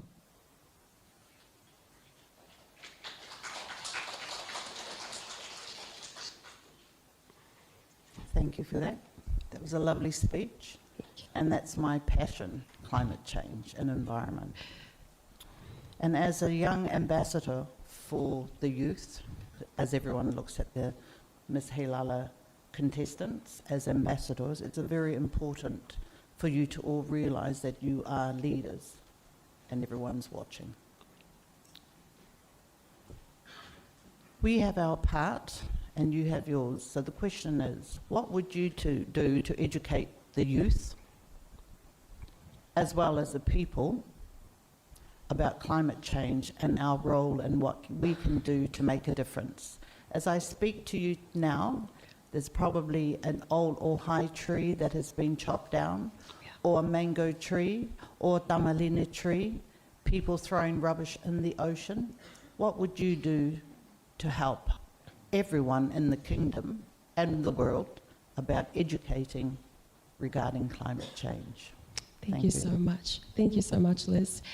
I believe that what are ways that we can educate our people is create trainings, especially for preparing for natural disasters.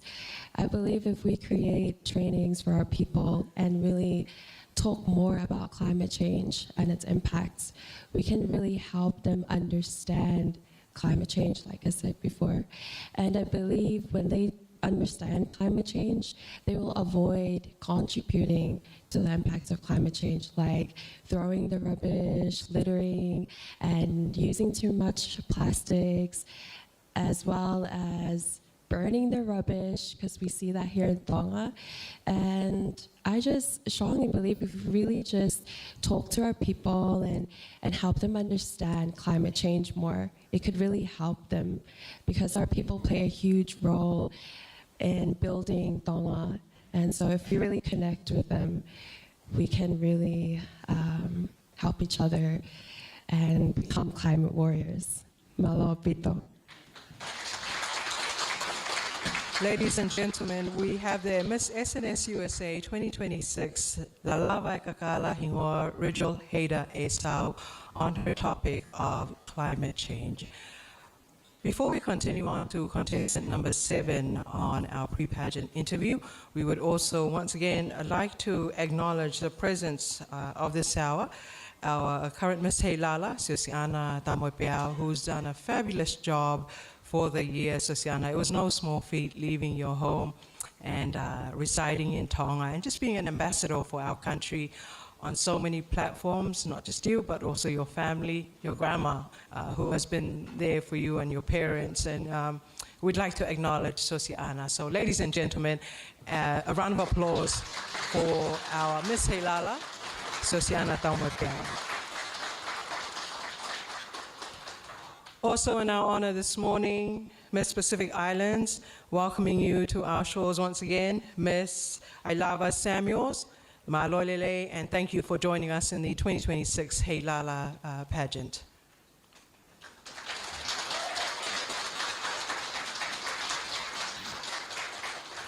With that now, we would like to continue on with our pre-pageant interview. It's my honor to introduce Miss Hapai Tourism, Maria Stella Koinonia Kaihea, and her topic is youth unemployment.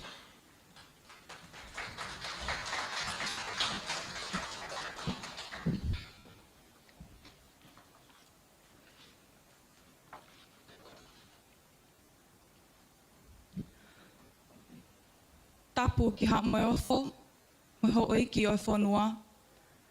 Tapu at ke tonga koto. Whatap ma ke heni, ke ukau ngā whiwhine, o ngā loto lahi ke nā ukau whataha he Heilala o tauni. O ko kole ke uhu whanga he talaka kato e whanua mo i lotu. Malo e tau mau ke aho whakoloa koe ni. Pea ko kole ke u whahokope e kulea I he lea whakapilitania. Mo e kaweinga youth unemployment. Imagine being an 18-year-old and choosing to work to support your family instead of pursuing further education. That young woman was me. This is my story. It is also the reality of many young people in Tonga. Today, I stand before you to speak of youth unemployment, not just as an issue, but as a lived experience and a challenge we must overcome together. Youth unemployment, a growing issue that affects many countries around the world, including the Pacific Island nations, such as Tonga. A topic that is very dear and close to my heart as a youth. What is youth unemployment, may you ask? It refers to the situation where young people who are willing and able to work cannot find jobs.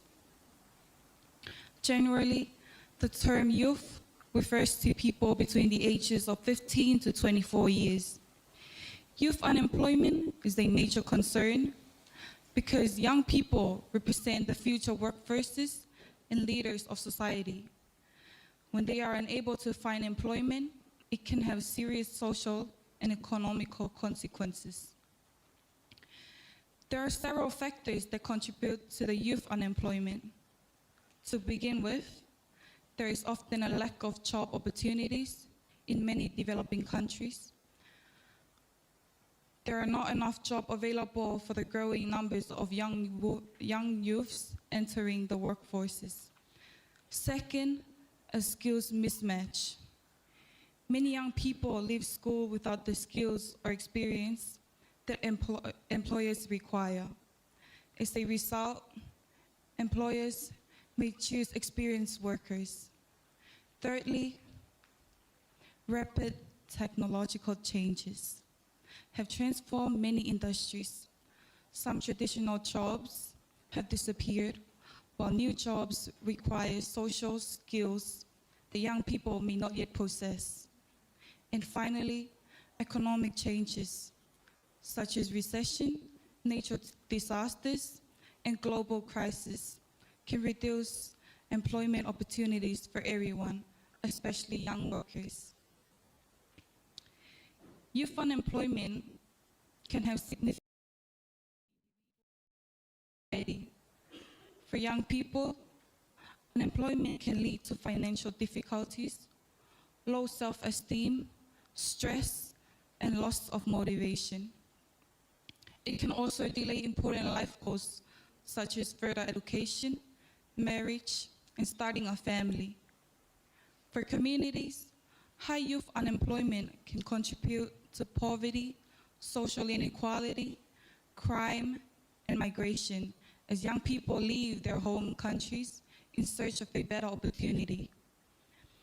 Economically, countries lost valuable talents and productivity when young people are unable to contribute their skills and energy to workforce. Addressing youth unemployment requires cooperation between young government educational institutions, businesses, and communities, encouraged by supporting young people, encouraging young people who are unable to contribute their skills and energy to workforces. One solution is to encourage entrepreneurship by supporting young people who wishes to start their own businesses. Government can also create employment programs, internships, and appreciationships that provide young people with valuable work experience. In addition, business can offer training opportunities, entry-level positions that help young people transition from education to employment. In conclusion, youth unemployment is a serious challenge that affects individuals, families, entire nations, while the costs are complicated. Solutions such as better education, skills training, entrepreneurship, job creation can help address the problem. Investing in us, young people of today, I assure you, we can build a stronger nation and brighter future for generations to come. Io, tamatonga, tu'u ngā ue, hokoloa ke whakamonu. Lotu ki e iki maupe, ke ne pōpō I he lotu. Koe whekauia ke tau lotu mo ngā ue. O ko ofalahi atu mo tala monua ke tau tupu kotoa o tonga. He koe kahau o ahoni, koe whanua ia o kahau. Ofalahi atu, malo au pito.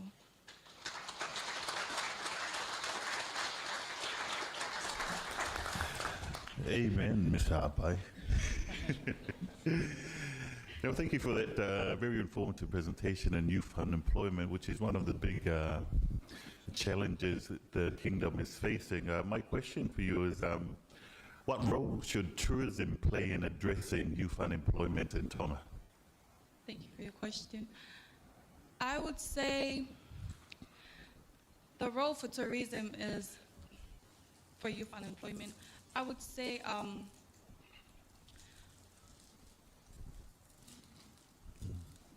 bring more job opportunities for the government to give chances for the youth to be employed. Even small businesses that they can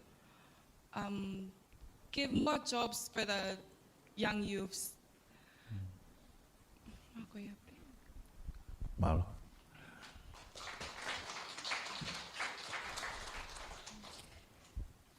Thank you very much for that wonderful presentation. And this is something that is we're very passionate about, is youth unemployment and education. But my question for you this morning is, what can we do more here in Tonga to help young people find jobs? There's opportunities that are coming into Tonga that are remote jobs, which are companies overseas that employ people here in Tonga to work for companies overseas. So my question is, what can we do as young people to prepare for these opportunities? I would raise awareness of entrepreneurship.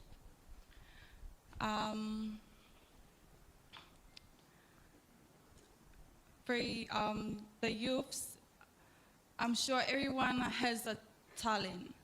We're not all skilled to work for the government and stuff. So using our talent, I'm sure we're able to find our own part-time there. As for me, I am a barista in a coffee shop, so that is my passion in making coffee. Yeah. I think the key word is just be humble with what you have. maybe we start small, achieving what we have will go on as we go through life. Thank you. Thank you. Thank you very much for my Lord ki he Miss Hawaii Tourism, Maria Stella Koinonia Kaihea. Thank you very much. I am sure that as our contestants progress with our presentations, the rest of us are enjoying. Me, myself, I have added more knowledge on these topics. Thank you very much. Now, we would like to welcome our next contestant, number 8. Contestant number 8, Miss Masani Connect, Ministry of Tourism.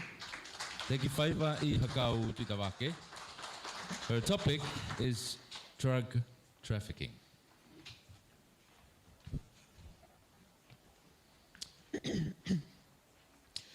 Maloilele and good morning. Please excuse my voice today. I think you have the harder job of trying to hear and understand what I'm saying, so good luck. Drug trafficking. Drug trafficking is the illegal production, transportation, distribution, sale, import, and export of controlled substances. But it is more than the movement of drugs across borders. It is an organized criminal trade that profits from addiction, weakens communities, and turns human suffering into business. At first, this topic may sound like a matter only for police, courts, customs officers, and border security. But in truth, drug trafficking reaches far beyond law enforcement. It crosses oceans, into homes, enters schools, families, churches, and the lives of young people, leaving lasting harm in its wake. According to the United Nations World Drug Report 2025, approximately 316 million people worldwide used drugs in 2023. That is 6% of the world's population aged 15 to 64. The report also states that 64 million people lived with drug use disorders, yet only 1 in 12 received treatment. And for women, only 1 in 18. It reminds us that while drug trafficking generates enormous profits for organized crime, those profits come at the expense of human lives. This shows us that drug trafficking is not an isolated crime. It is a global crisis affecting health, safety, dignity, and human potential. For Tonga and the wider Pacific, this issue is especially serious. Our islands sit across vast ocean pathways. What once felt like distance and protection can now be exploited by criminal networks. The World Drug Report warns that methamphetamine trafficking has increased in several small island countries across Oceania and the Pacific. This means the Pacific is not only witnessing the global drug crisis from afar. We are part of the route, part of the risk, and therefore we must be part of the response. This reality has also been acknowledged by our own national leadership. At the opening of Tonga's first national symposium on illicit drugs in 2021, His Majesty, King George VI, reminded us, our beloved country is no longer free of drugs, but rather very much part of the global struggle against illicit drugs. This is not just a problem for the police to deal with. This is a national issue that requires an urgent, integrated national response. His Majesty's words remind us that drug trafficking is not merely a law enforcement issue. It is a national issue that demands the commitment of families, churches, schools, communities, government, and every citizen. Criminal networks do not see our islands as sacred homes. They see routes, they see markets, they see opportunities. But to us, Tonga is not a route. Tonga is family. Tonga is faith. Tonga is heritage. Tonga is the place where generations before us taught respect, service, humility, and responsibility. Drug trafficking attacks these values. It weakens families, tempts vulnerable youth, increases violence, burdens our health system, and places pressure on communities that are small, close, and deeply connected. Families are torn apart. Young people lose their dreams and their potential. In a large country, one statistic may disappear into a report, but in Tonga, one affected life is a family name, a village story, and a future interrupted. As a Whiwhine Tonga, I believe our response must begin with wisdom. Those who traffic drugs and profit from destruction must be held accountable. Our justice system must protect our people. Those who fall into addiction must not be treated as disposable. They are still sons and daughters who carry divine worth. They need treatment, guidance, accountability, and a path back to dignity. My answer to drug trafficking is built on 4 principles: prevention, protection, partnership, and compassion. Prevention means educating our youth early before traffickers reach them and before addiction takes root. Protection means strengthening families, schools, churches, law enforcement, and our borders. Partnership means Pacific nations working together because no island can confront a transnational crime alone. Compassion means helping those already affected to heal, recover, and return to lives of purpose. So I leave you with one question. What kind of Tonga do we want to leave for our children and future generations? Will it be a Tonga weakened by drugs, violence, and broken families? Or will it be a Tonga built on faith, strong family values, compassion, and hope? I believe the future of Tonga need not be written by the hands of traffickers, but by the courage of its people. Our heritage teaches us who we are. Our responsibility is to protect who we are becoming. Aloha.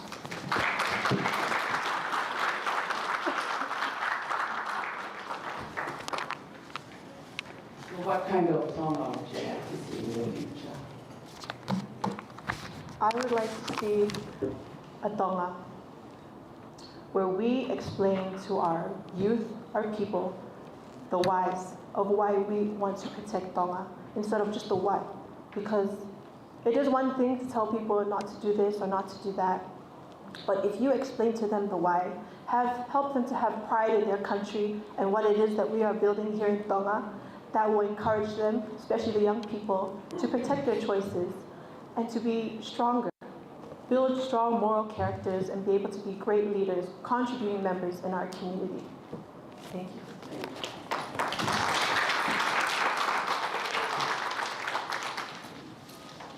Thank you. Your question at the end of your presentation goes with my question. The Pacific has increasingly been described as an international superhighway for drug cartels transshipping, illicit substances like methamphetamine, cocaine to larger markets. So, as an ambassador, or a youth ambassador, how would you balance the need for stricter border enforcement with community-led rehabilitation programs to save the next generation from the devastation of drug or abuse? I think as an ambassador, I should focus on things I can realistically influence, and that would include raising awareness, prevention, partnerships, and youth empowerment. I think it's very important that we start to have these important conversations. It may be a little uncomfortable and scary at times, but I think by starting to have these conversations with each other, we can come together as a collective and work towards a solution. And I think this applies to all the topics that my contestants have spoken on, is that the most important thing we do is to start speaking, but not to just stop there.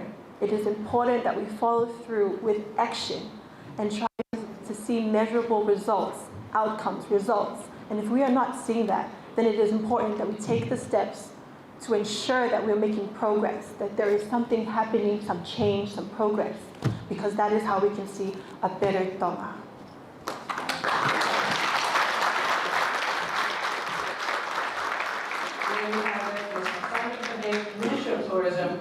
Tia Ihakau Tuitavake on her topic, drug trafficking.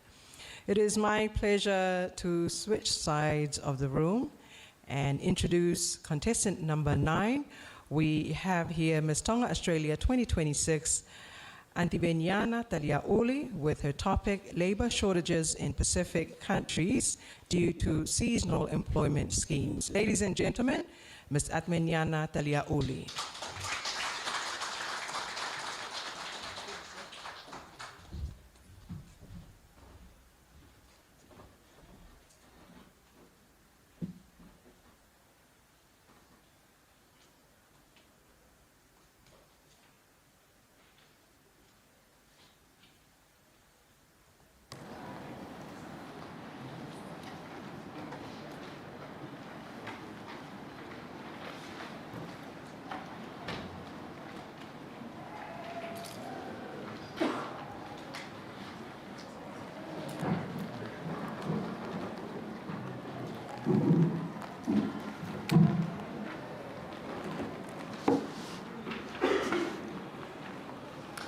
Malolele, distinguished judges, honorable guests, ladies and gentlemen.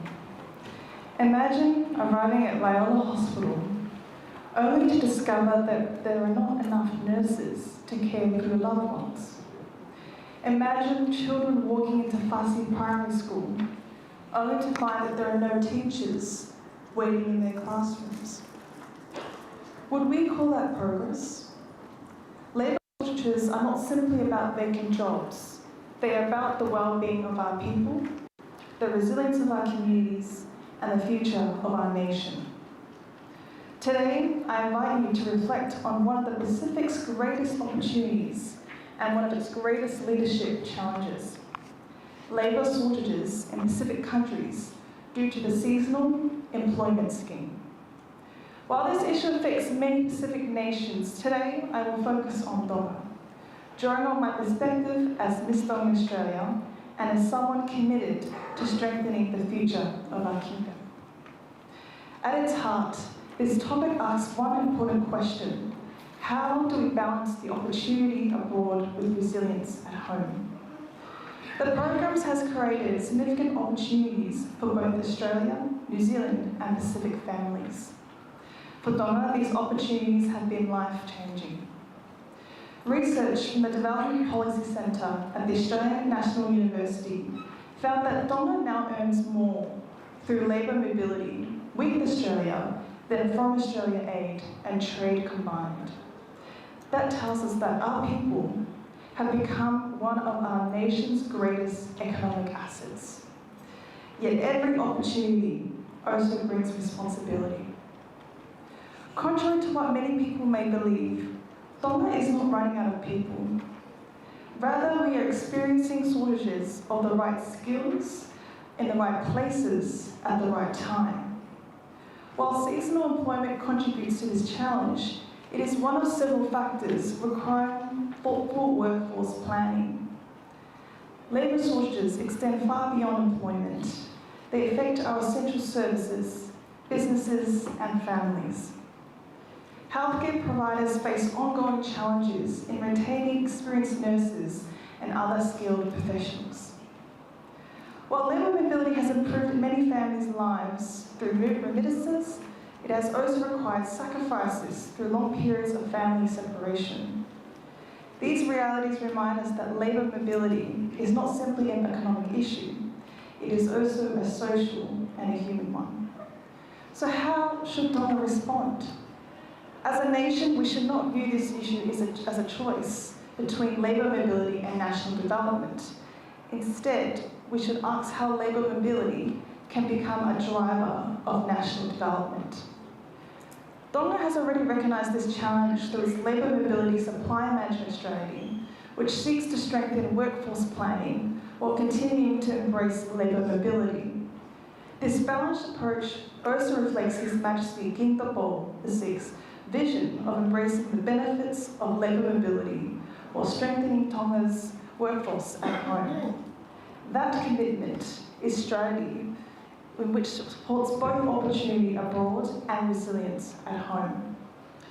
As Miss Strong Australia, I have the privilege of understanding both the opportunities labour mobility creates and our shared responsibility to strengthen communities at home.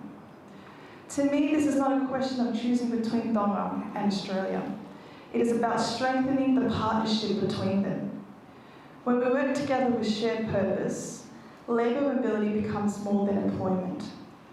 It becomes an investment in people, stronger families, and a more resilient Pacific region.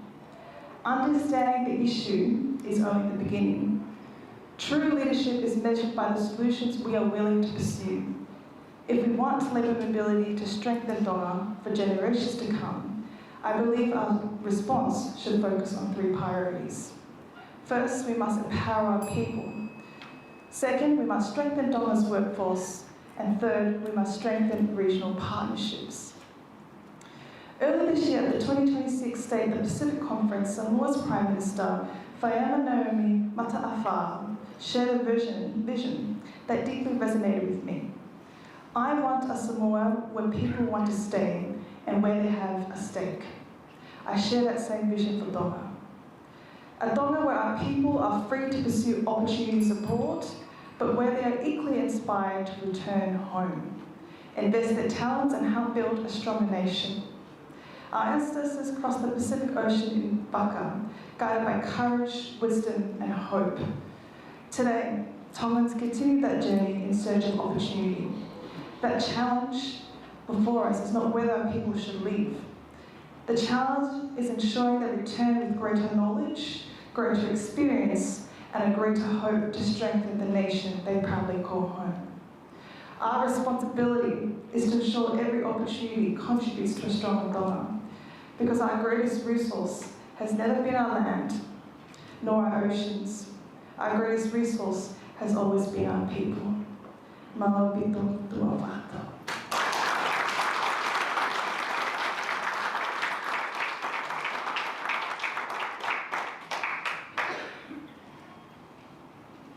Thank you for that. I believe you answered a lot of questions with your speech. Labour mobility is a double-edged sword in the kingdom. Economically, it is a blessing where it's helping families as well as building their homes, educating their children. But for the economy of businesses and government as well, we're suffering. How would you put a plan together to assist government, who is the doorway to this, to help the economy and also keep people here so they have jobs within private sector and within government? Yeah, thank you for that question. I do agree with you that the labour mobility scheme has become one of Tonga's greatest development opportunities.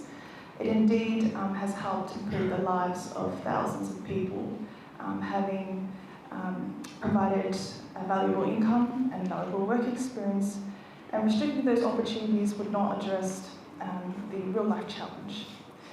The evidence suggests that, as I said, is not an experience of shortage of workers, but rather the shortage of the skills and experiences that we need in Tonga. One thing I did observe while coming here to Tonga was that a lot of our business owners are from overseas. And I think that many of our locals don't actually understand or realise, acknowledge that there is potential and growth in Tonga. As an example, my media team, my brothers, they started their business, their media business, when they were straight out of high school. No, they weren't given any education around that. They didn't go to school. They learned that by themselves. Can I just stop you there? Yes. Can you answer my question, please? Sure, sorry. Actually, 80% of Tonga businesses are Tongan. Yeah. So please answer my question. Yeah, sorry, apologies. Could you just ask that question again to clarify? So in short, what would you do to encourage government to put a scheme together that can also keep labourers here and skilled workers here as well? Yeah. Thank you. Sorry. So one of the things I would suggest and recommend that our Tongan government put together is that we actually really focus on in the education vocational sector of how we can train our youth, how we can mobilise the skills that they need to pursue their dreams. As stated before in the example that I had suggested, so many of our youth have the potential, but they don't have the resources that they need to pursue those dreams. And I say that in the example of my media team, they weren't given the opportunity to learn filming and cinematography. They had to learn that on their own. And so I believe when the government does implement programs that's implemented into schools where they can learn the skills that they need rather than going overseas, maybe bringing in overseas people come to Tanoa instead, and implement workshops where they can teach and train our students, or even provide scholarships to our students to go overseas and come back with new knowledge. They can therefore use those skills and knowledges in pursuing their dreams and of course teaching other younger people as well.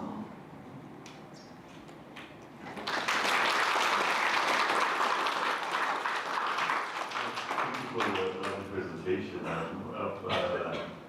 I've said in a lot of presentations in the past couple of years the challenges the tourism industry is facing, losing a lot of hospitality workers, and I've been involved in these programs. So if you want to talk to the tourism industry about the positives, I mean, how can the tourism industry actually benefit from the labor focus if you're set up as tourism industry? Yeah, thank you for that question. I think the tourism will benefit from the labour mobility scheme. Firstly, because it allows people to, first of all, address the fact that if we show people, our locals, as I was corrected by the judge, 80% of our businesses are Tongan locals. If we showcase more of our businesses and our locals, and in advertisements, campaigning that really, and actually not just showing it on TV or Instagram or we always see those commercials, but actually going out to them and actually getting their stories and experiences of how they actually built up their businesses and the skills and knowledge they were going through to start their own business. We can also that knowledge and provoke more people to, I want to also start a business as well. I say that in the fact that there is an emphasis on storytelling in our Pacific culture, and when we put that not only to our older generations to tell the stories of our culture and traditions, but how we can implement that in storytelling in our businesses, I think that way we can help the tourism and promote that. Thank you.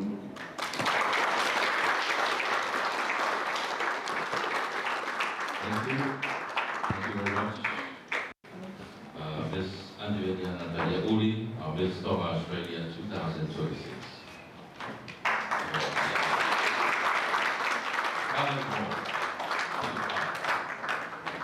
If you are blown out by their knowledge today, this afternoon, wait till you see their room. So we invite you again to Heilala Indoor Stadium tonight for their tower. Now let's continue on. Let's introduce our next contestant, number 10. Contestant number 10, Miss Praxis, New Zealand 2026. Kathleen Monica Soana Wayanaka. Her topic is tourism.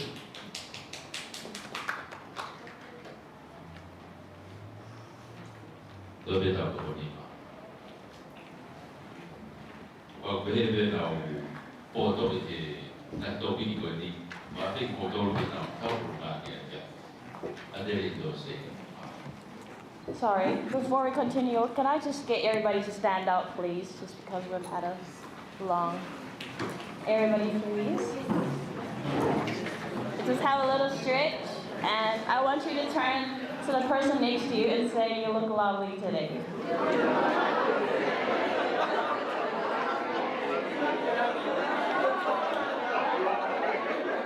Okay, thank you. They all sit back down now.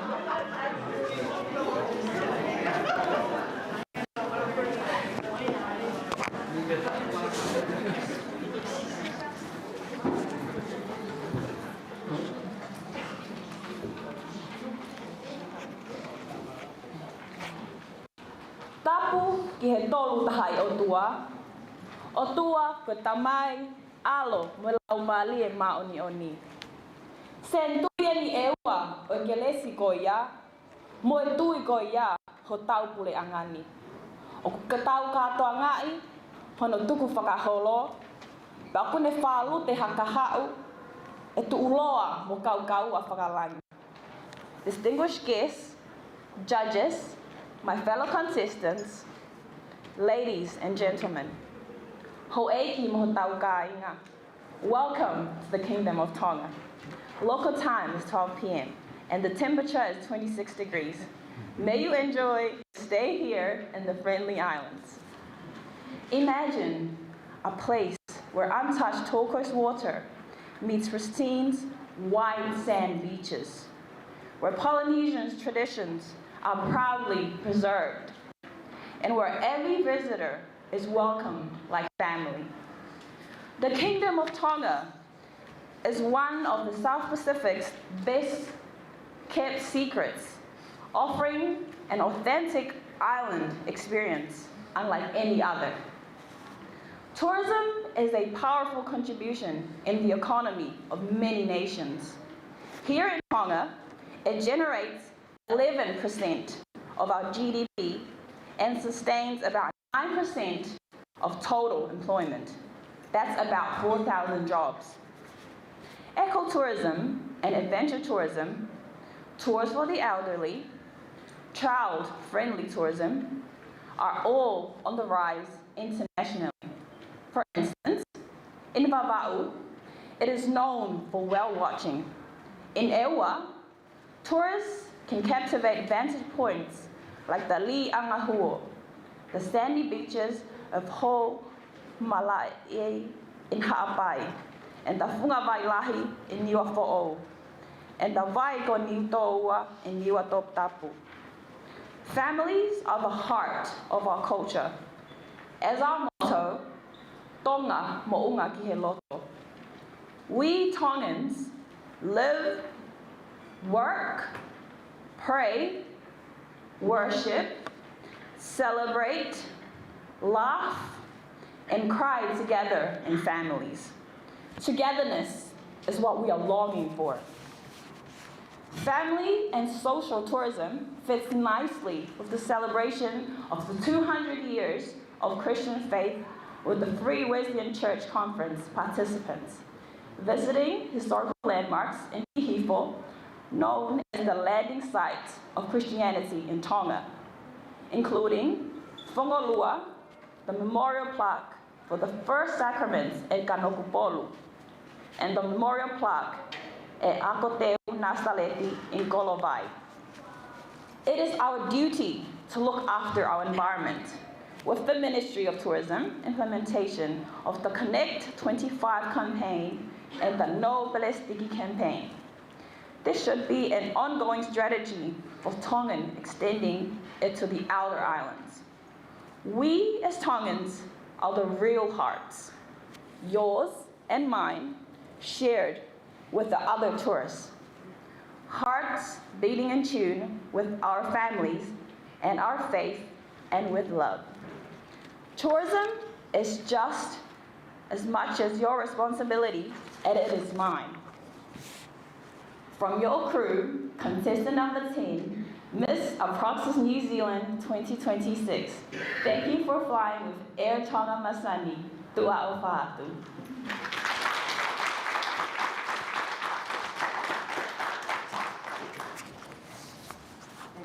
Thank you very much for that wonderful presentation. As you mentioned, tourism is everyone's responsibility, right?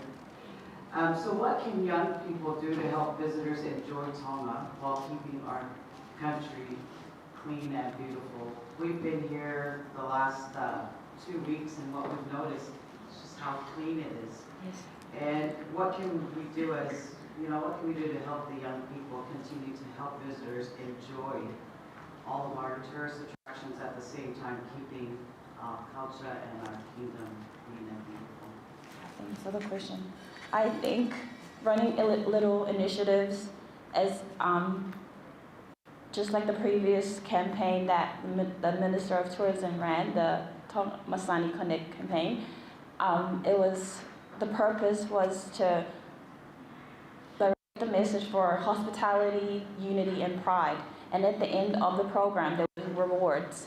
So the reward was shown as a motivation to push these young people, as well as their families as well, to work together to welcome the locals as well as the visitors coming from overseas.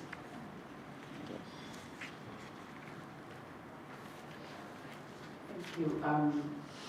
I really like how you said that families are the heart of our culture. And our culture is the heart of tourism in Tonga. How are you going to promote to the people of Tonga, because you said it's togetherness, that heart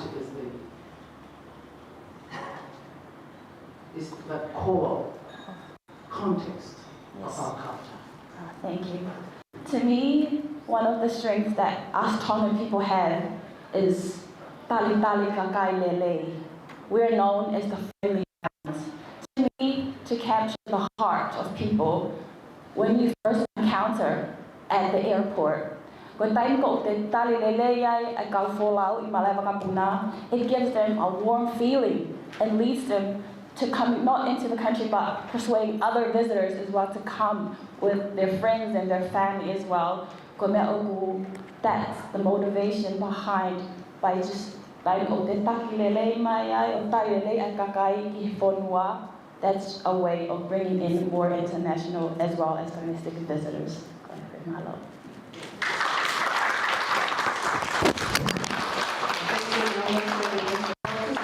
2026, Kathleen Monica Soana Vayatangtao on her topic of tourism. Moving on with our pre-pageant interview for this hour to contestant number 11, it is my honor to introduce Miss Lady Maria Tonga Australia, Silia Sitoafa Matelau.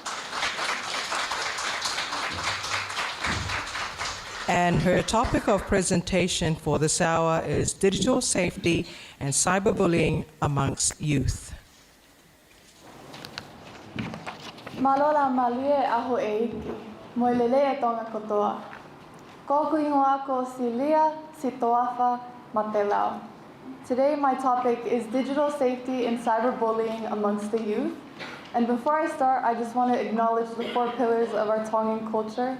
Mamahi imea, loyalty and passion, lototo, humility, and the 2 that I really want to focus on is whakapapa, respect, and tahiva, nurturing relationships. Today, our youth in Tonga are living in 2 completely different worlds. One physical, of our schools, their sports, communities, and homes, and then one on social media. Both influence identity, confidence, and well-being. Social media has created opportunities for connection, education, and expression, but it has also created new spaces for harm.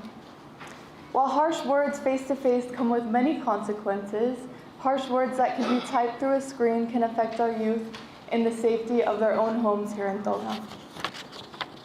Now, what is cyberbullying? Harassment through comments and messaging, body shaming, public shaming, rumors and gossip, and fake accounts. Research shows that 1 in 3 people globally have been affected by cyberbullying, and these effects are long-lasting. Victims are more likely to have anxiety, depression, and low self-esteem. Use of social media for our youth increases every single day, and they're exposed to a lot of good and a lot of bad, which makes digital safety even more urgent for our islands.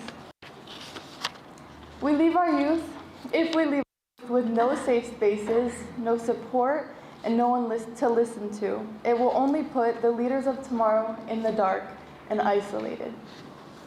The context for Tonga.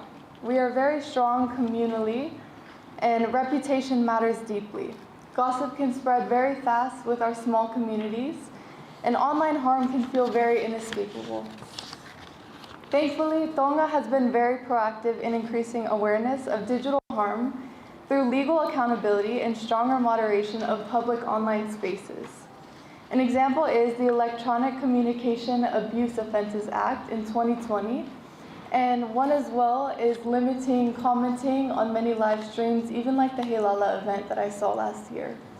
And I'm very thankful for this because me and our 14 contestants here are very protected, and we feel honored to be here and be welcomed and be able to represent and share our dreams confidently and not to be very afraid of what might come. We are already being judged by each one of you, and it's a lot to be faced on the big screens as well. So malo apito for that. And my own experience, having built a social media platform, I've witnessed both encouragement and harassment in my years. I've learned that online voices and many voices in this world should not define my identity or any of yours. I choose not to give power to the lies because I know who I am, whose I am, and the identity that I stand on. Youth of Tonga and everyone listening here today, as we acknowledge the 200 years here in Tonga, celebrating grace and faith and Christianity here in Tonga, be rooted in who the Lord has made you. Your identity is only found in Christ. So when you listen to the voices on social media and messages, it's lies. It's a lie from the enemy. You're each created for a purpose, and you are beautifully and wonderfully made. So to end this out, Polopetu'u heko e ngalu e fasi. Stand firm, for the wave will break. Malo apito.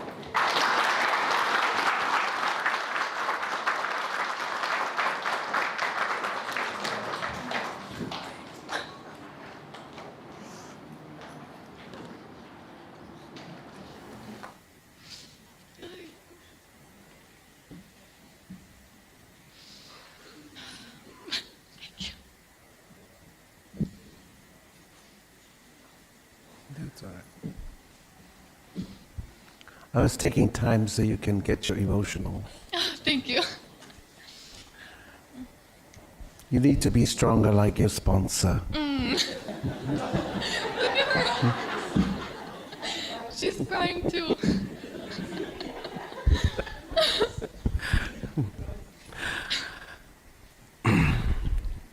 Digital safety and cyberbullying amongst youth. As social media becomes central of the lives of Pacific youth, we are seeing a rise in online harassments and cyberbullying. How would you use your platform to advocate for safer digital spaces and teach young people how to protect their mental health online? Malo apito for the question. With my social media platform, I've always made it, I need to be real with everyone. And so I don't just show the glitz and glam. Even with this Heilala journey, I chose to show behind the scenes in these months, just according to it, getting prepped for it, because everyone goes through something in their life. We can be very strong, but there's always things that happen as well. So I don't just show the good days that I'm going through, I also show the hardships that I go through and how I get through it with the Lord. My relationship with the Lord is the only reason that I can withstand things that come in my way and in my life and those hardships. And I encourage the people on my platform to do the same as well. With my close family and friends, when they come to me, I pray with them and I champion them to keep going. So with my social media platform, and if I were to have the opportunity to be here in Tonga longer and to teach the young people how they can use it even better, I would love to do that.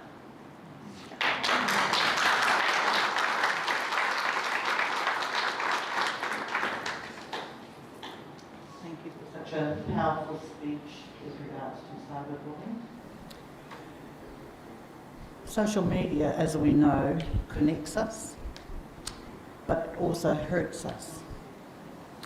And if we're not careful, it affects our mental state as well.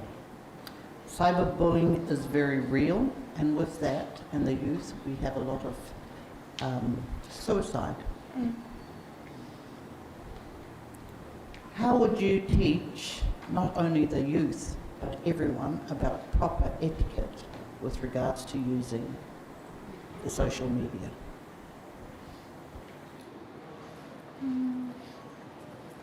Just thinking about anga whakatonga and how as Tongans we hold that respect and tauhiwa with nurturing relationships, that it leads into every sector of our life, including social media.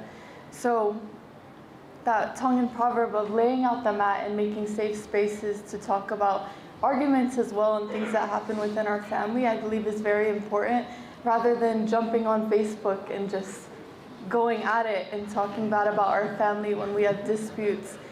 That can not only affect the one person, but it affects the whole community, because as Tongans, we don't just go as one. We are a community. There are many people behind me as well.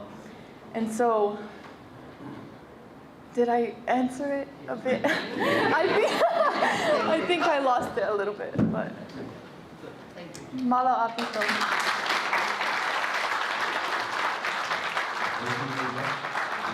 Lady Maria Celia Sidora Mandela.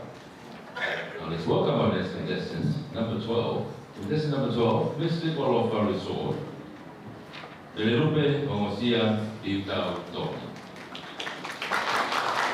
The topic is cost of living and inflation in the Pacific Islands. Malo.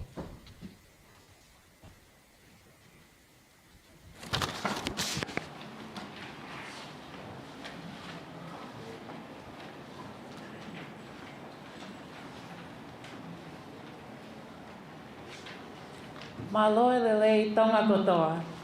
Sorry, I'm just gonna fix this. My name is Melelupe Ongosia Tautongi, and my topic is the cost of living and inflation in the Pacific Islands.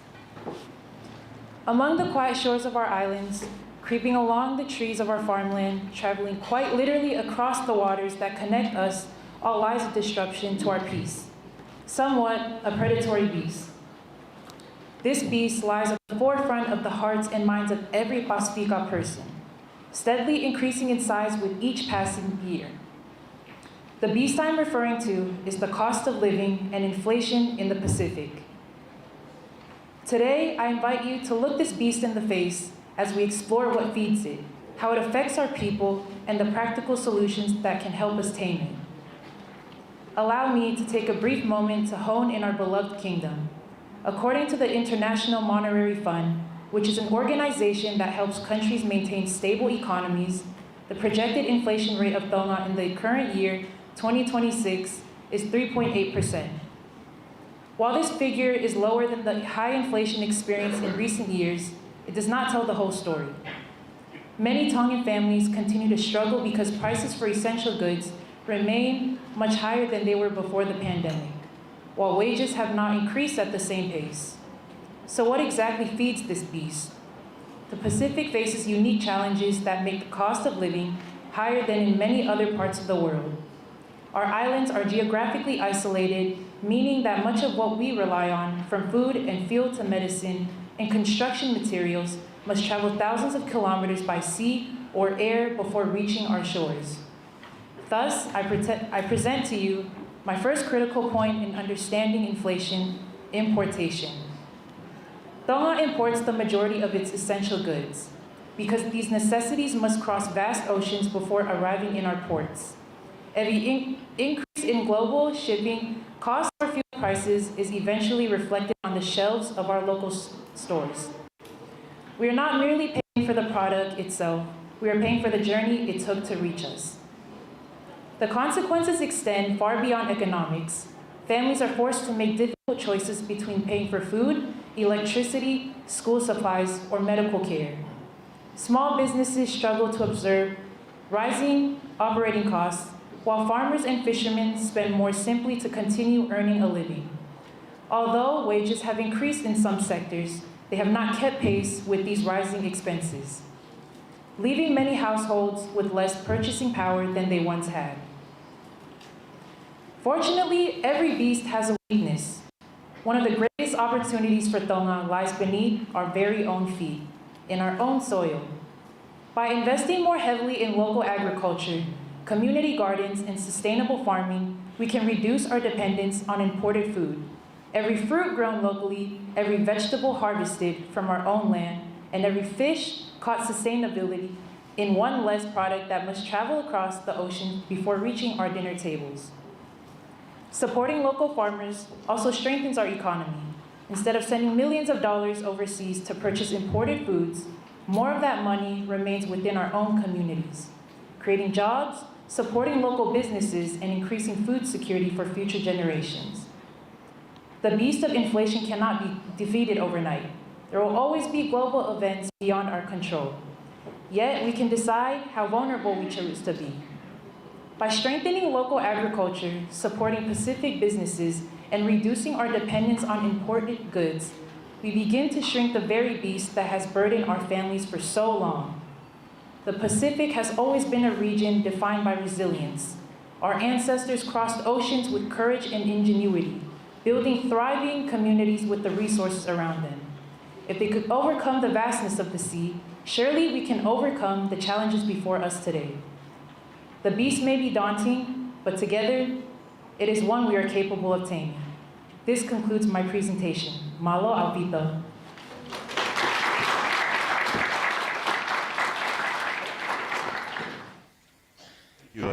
Ms. Likualofa, have you had an opportunity to advise the leaders on one policy to address inflation? What would it be and why? Thank you so much for the question. So, if I had one policy that I could address to the leaders about inflation, it would have to be, instead of relying too much on imported goods from overseas, we can try to be out there and support our local businesses. Especially here in Tonga, being out here, so used to seeing, small shops, small local vendors on the side of the streets. It's really nice. So I think that could be one of my policies, or maybe an advice to leaders out there. We have small business out there. Do what we can as Tongans, or even a Pacific as a nation. Go out there and show support to them, show support to their business. Thank you. Thank you very much for your presentation. And yeah, inflation is something that we are all dealing with. My question is, if you were to become Ms. Heilala and you were to use your platform, how would you, you were talking about the cost of living being very high and financial stuff. How would you be able to use your platform to educate families about financial literacy and other opportunities so that they can be financially resilient? Thank you so much for that question. Well, if I were to be crowned Miss Heilala, the way that I would use my platform to spread awareness, but also help educate those out there about inflation. So back home, well, for my work, I am a U.S. Navy service member. So what I would do with that platform, I would use my resources and my connects back home in the States, maybe could help do more connections out here with, let's say, the Tonga's Navy out here. We could help build maybe workshops, even training sessions, especially for financial literacy. So we can also help educate those families, even the youth, to be aware and learn how they can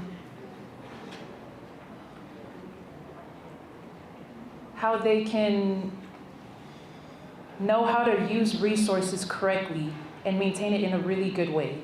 So, yes, that's how I would use my platform. Malo Apito.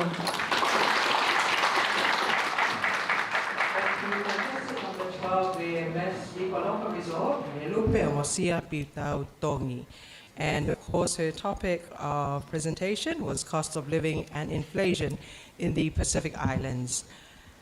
I now introduce contestant number 13, Ms. Wava'u Tourism 2026. We have Sidaisa Funaki, and her topic of presentation is on health.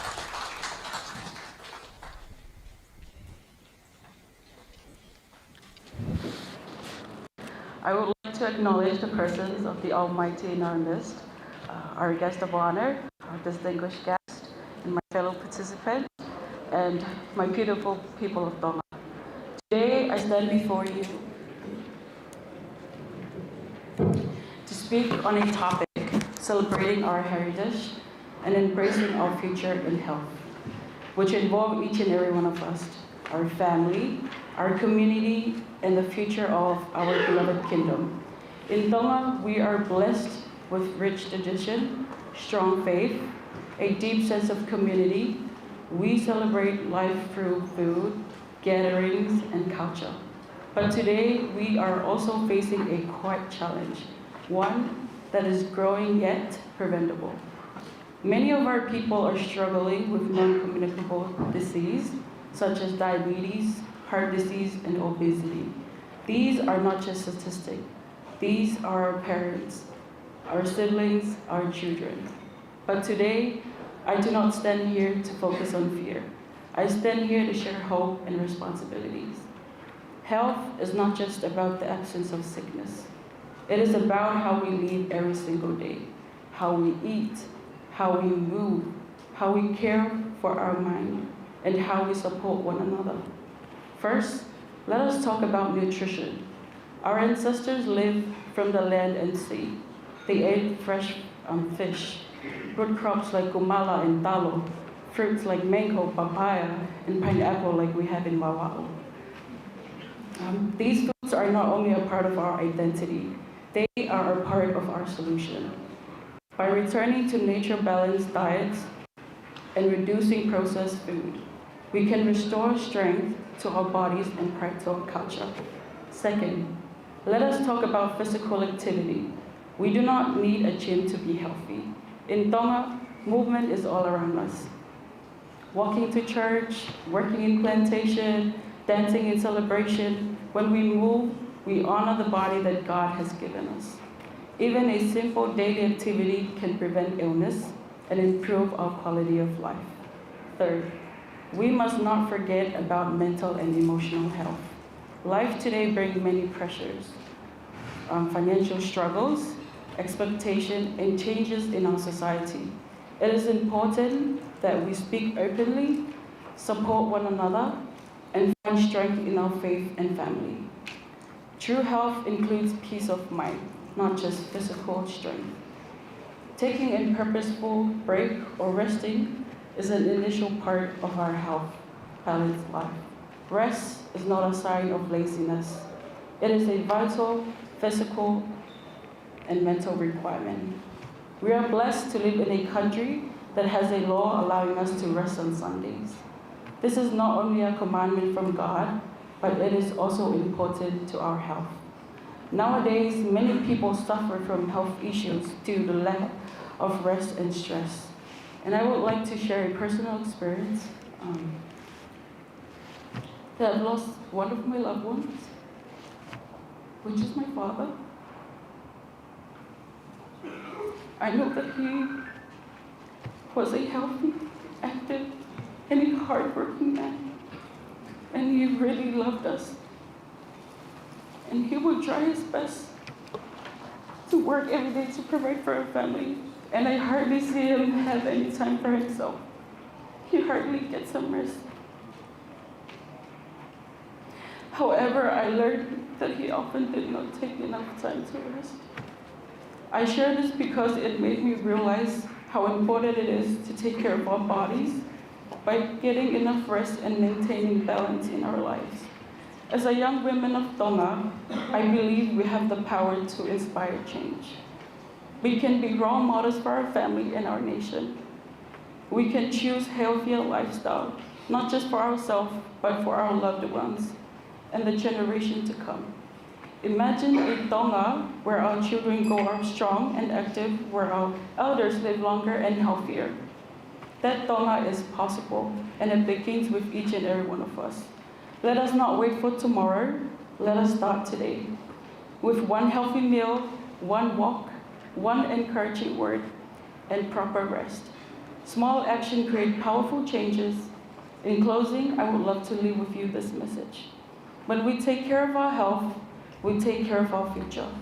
When we take care of ourselves, we take care of Tonga. And that's what we want, a happy, healthy Tonga in our future. Maloa pito, and may God bless you.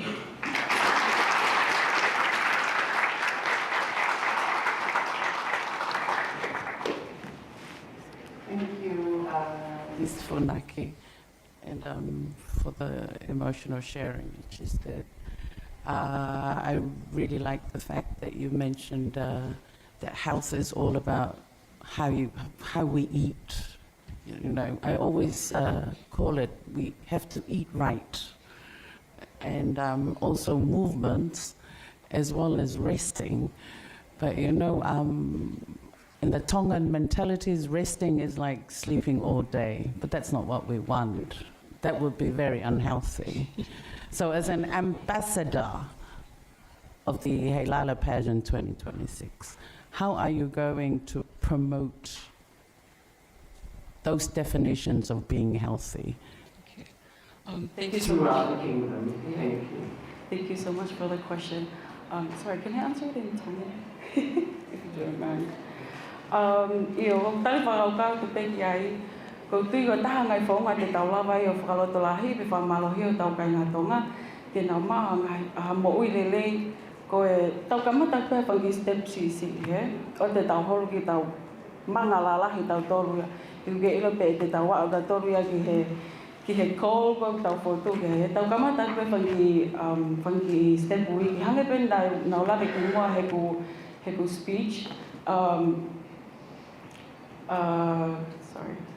Iyo, ko tau whanki ngau e whakaaho, te ne lawa tau ni ak tau ki tau mai o mo leli he. Hange ko ki tawhtafi ko i api, ko ki mopi, ko ho api uta ki tuwhi niu, o skawe tau koni ko ki ono ki ho tau po leli he. Na ko ki vai ko ki au sia na ki taim nau hanga i o sele ki koge ki whakahoro. Ka nau lawa ke Jimmy, ko angi cardio o ai ki ni tau no ai, pau ale wa ke weightlifting i, pau hori au ka ke alo ka mata he whanki tampela ko kilo i di, ala he ke tampela ko kilo i wanima. O mena hau ka ina whasi ni maa pau whakamoho sia puke, pau whokle wa ke api, ka ke te sia ka Jimmy o hau mai ke aho. Ka ko ia ko whala he tau kamata i ki te he, ke te maa ua ke tau tuoto a fusumpa, ko wai taha we, tau kamata le whangi ngau i whaka aha ko ia tau api ko tu te lawa tu koni ke tau moi le lau pita.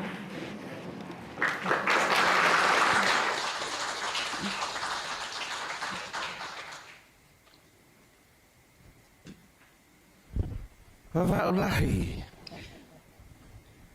Everything about Wavau is vague. Just hopefully they follow the NCD policies. You can answer this in Tongan if you want. As we face, we're currently facing some of the highest rates on non-communicable diseases, like diabetes, obesity in the Pacific. As a national ambassador, or Ms. Heilala contestant, what specific culturally respectful initiatives would you champion to encourage younger generation to embrace traditional Tongan diets and active lifestyles? We know that our Tongan traditional diets is quite hard, but you know, we've been blessed with all these ashes from the eruption and everything is lush now. So instead of buying expensive grapes and all those things in the market, there's local produce that we can use for our diet, right? And how would you do it? What would be your way of doing it to get our younger generation, me and Charlotte in our age group, me and Liz in our age group, to go back to that diet, to look fabulous until 80-year-old? 100. Whamala te ke whenui ko tuku mai ko ki tari whakau kātou mō ki pōpō. Ko ilo peo ku whaingata ke tau whakahoko a ngai kai mo i lele i he tūnga whapaanga o tau iai, ko ngai koloa ku mamafa. Pea ko pōpō te i o usai pe ke tau whoki ke tau tai I he taimi ko e taunga ake te tau lava peo o ki whi mahi tau ke mā ke tio ko mang whangwhui ka lepi mo whangwhui strawberry ko a pere nusi la pālangi. O ko te tau lava peo toa whangi furuti whai a kau i o taunga hi api hange ko le si mo whai nā kona whai whai ki mua mo kore meke ka whapau ka mau sena to mo whai nā ifo. I o te tau lava peo toa whangi mea kai o ni api lava ke tau maa ke ko ngai vesta polo ko tau ko lava ke tau maa whangi whaifua tau toa ke o tau api pa lava ke tau kai whaka aho mi ai ke te more a tau paa ngai ka tau lava o iyo. O toka ngai e tau kai mosio o ku balance pea i mea koe toa. Ka koe whātola he peki he tau tō pū ke just to prevent ai hapani. I stroke, my cancer, diabetes, me o mea te he. Ke whakafofua e ai hifta paka o te mo kona, te mo hala ke ngai mea ko ia. Koe taimu ko te mo taofe ngai mea ko ia, e lava ke mo toko ni mo tolu, ke mo maha sino mo i lelei, pa ke mo mate vawe ai, ke mo tahi aange, ka mo live yanka, hange poko e. Iyo, koe o te malo.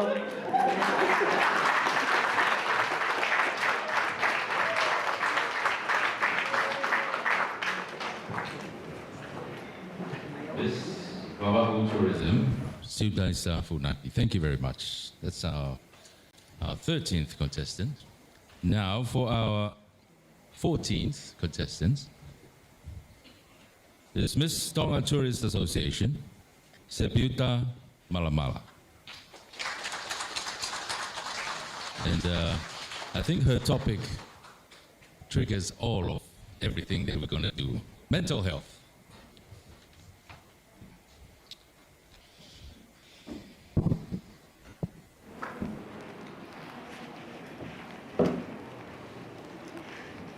Whakatulo atu.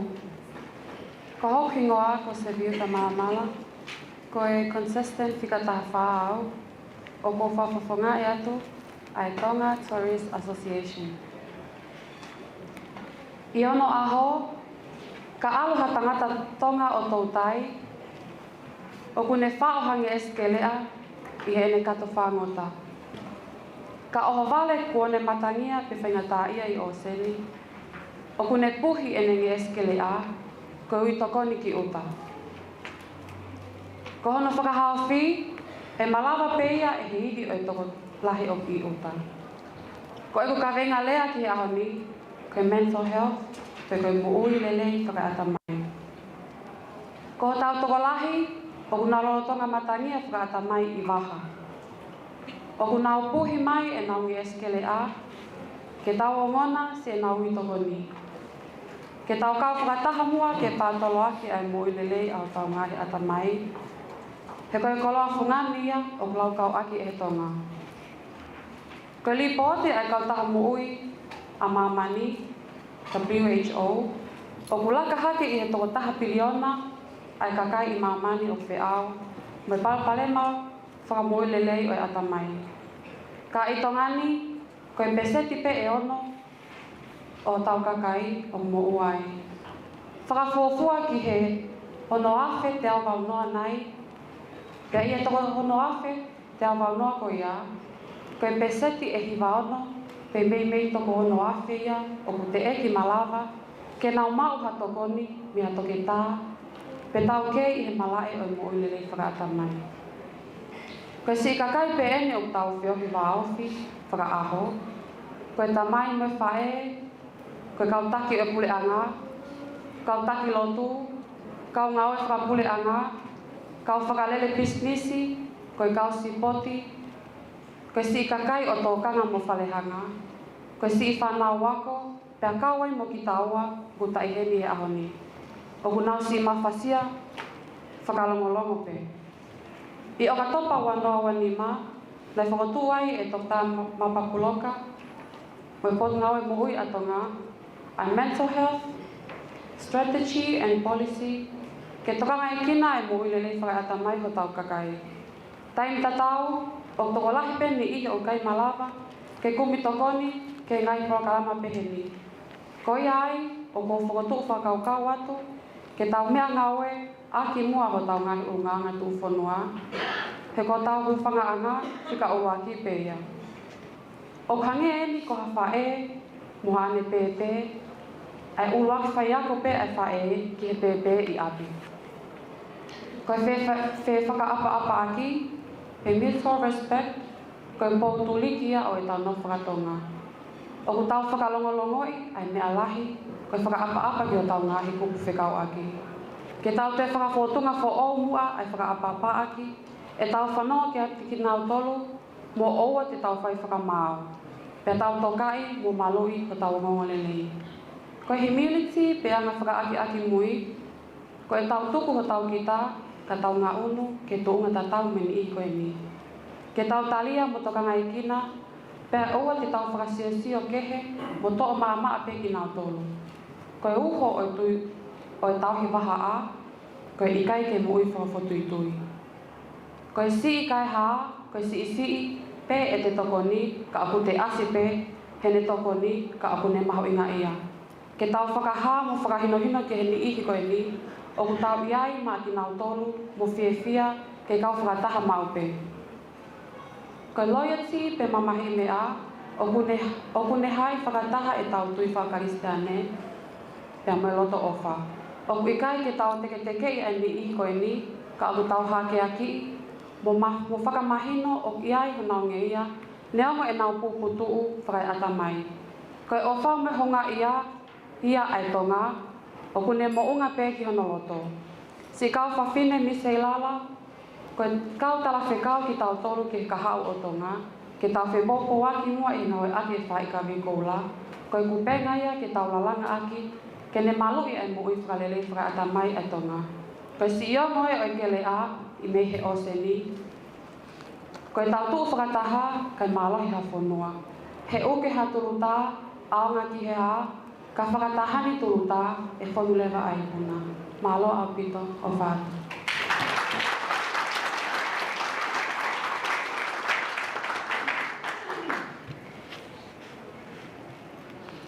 Thank you very much for your speech. Mental health is very real, and a lot suffer in silence. And we have many Tongans who suffer from this.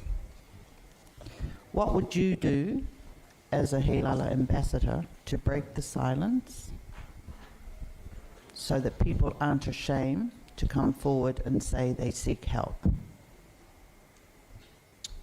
Where they can go to as well. Thank you for the question.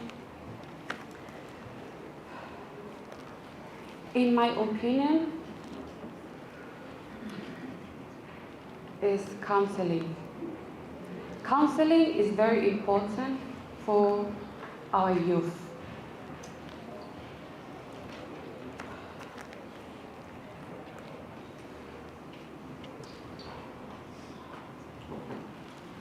I he wanoa woa na e malolo e tahau ki tonga ane. Ko e ku mātātonu ia i he puputuu, ko e taha ia i mental health. Ko e mea pēnei whai he family, ko e lotu mo e talatala noa.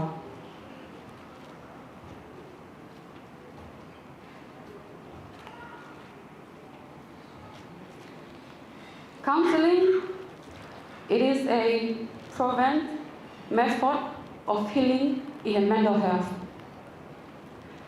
Ke kamata i he siasi mo e ako, ha mea pehe ke toko ni lahi ki he youth. Pe pau lewa ke enforce ai confidentiality, ke uhinga, ke open up ai tonga, ke lava o vahe mai, ai palapalema mental health, he koe uhi, he uhi ai ni ihi a te tautoru, o ku nau mā, e ke lava ke nau vahe mai e nau mental health. Mahalo koe, thank you.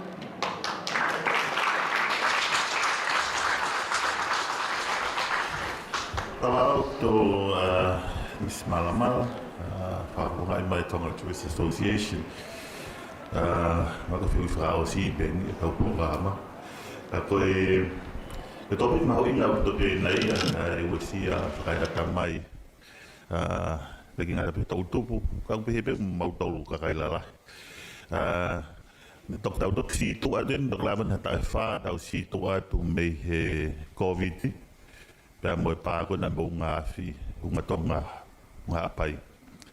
Ko sektoa ne ue sia lahi tahai, ko sektoa tak mamata. Nai toa pe se te tolungo furu, ngai bisnisi, ngai pea ue tsunami. Pea, okulahi, e tau sio ka ngai bisnisi, sio peke kaka bisnisi, ka kukimu e ngai bisnisi ko kakai pe. Koe ha, o whakaukau ki ha ngahi, toko ni ai pure anga, ki he ngai bisnisi, tada bisnis tak mamata kai toi hoka whakatamaki pe e ngai tunga ke toko ni ai whaakone ka whaata mai. Mahalo. Mahalo, Pita.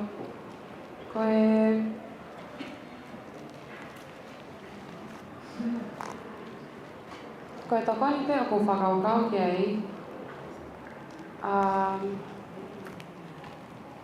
ke kole ki he pule ana, i kai ke ngata pe i tongani ka i he otumotu, i wawau e ua pongoniwa muha abai, ke whakotuu hangahi porokalama, pe koha project uhinga, ke taimi koe o muhoko mai an hatu kai ngata a, o ku osi i ai pe ai ngahi project i he i tongani mo ngahi otumotu. Maha koe pe malo.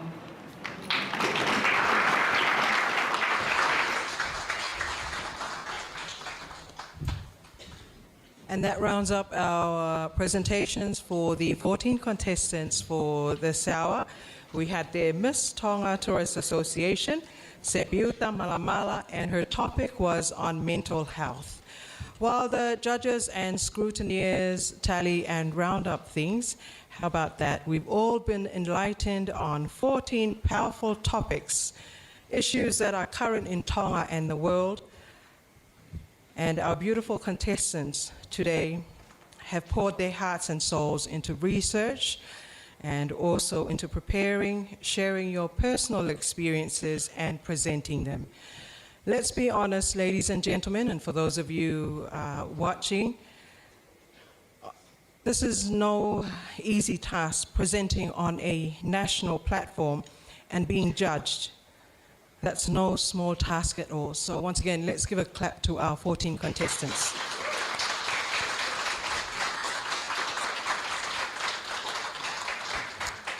This has taken courage, discipline, and their loto i tonga to come through. So to all our Heilala 2026 contestants, malo au pito for braving your presentations today, and also the interviews. You've made us all here proud. You made your families proud, your sponsors, your supporters. You've made Tonga and Tongans worldwide proud of you today. Malo au pito.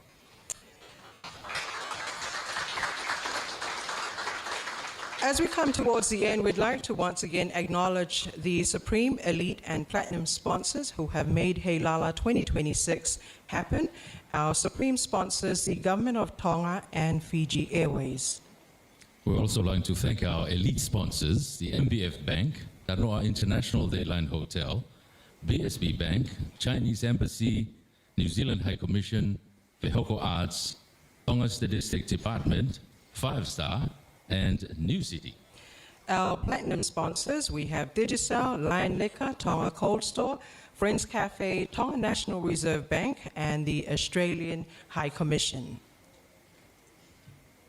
Malo. We would just like to remind our audience for this evening's program. The second judging event is the Ta'olunga competition. This evening at 7 p.m. at the Atere Indoor Stadium. Also, we have already started the voting for the Miss Internet. Voting for Miss Internet. It's on the Heilala Pageant, Miss Heilala Pageant 2026 Facebook page. It's already started. You can like, love, reaction. Reaction counts for any of these girls you support. The voting will be closed this Friday, 12 p.m. So get those fingers running, vote, like, react to your favorite miss.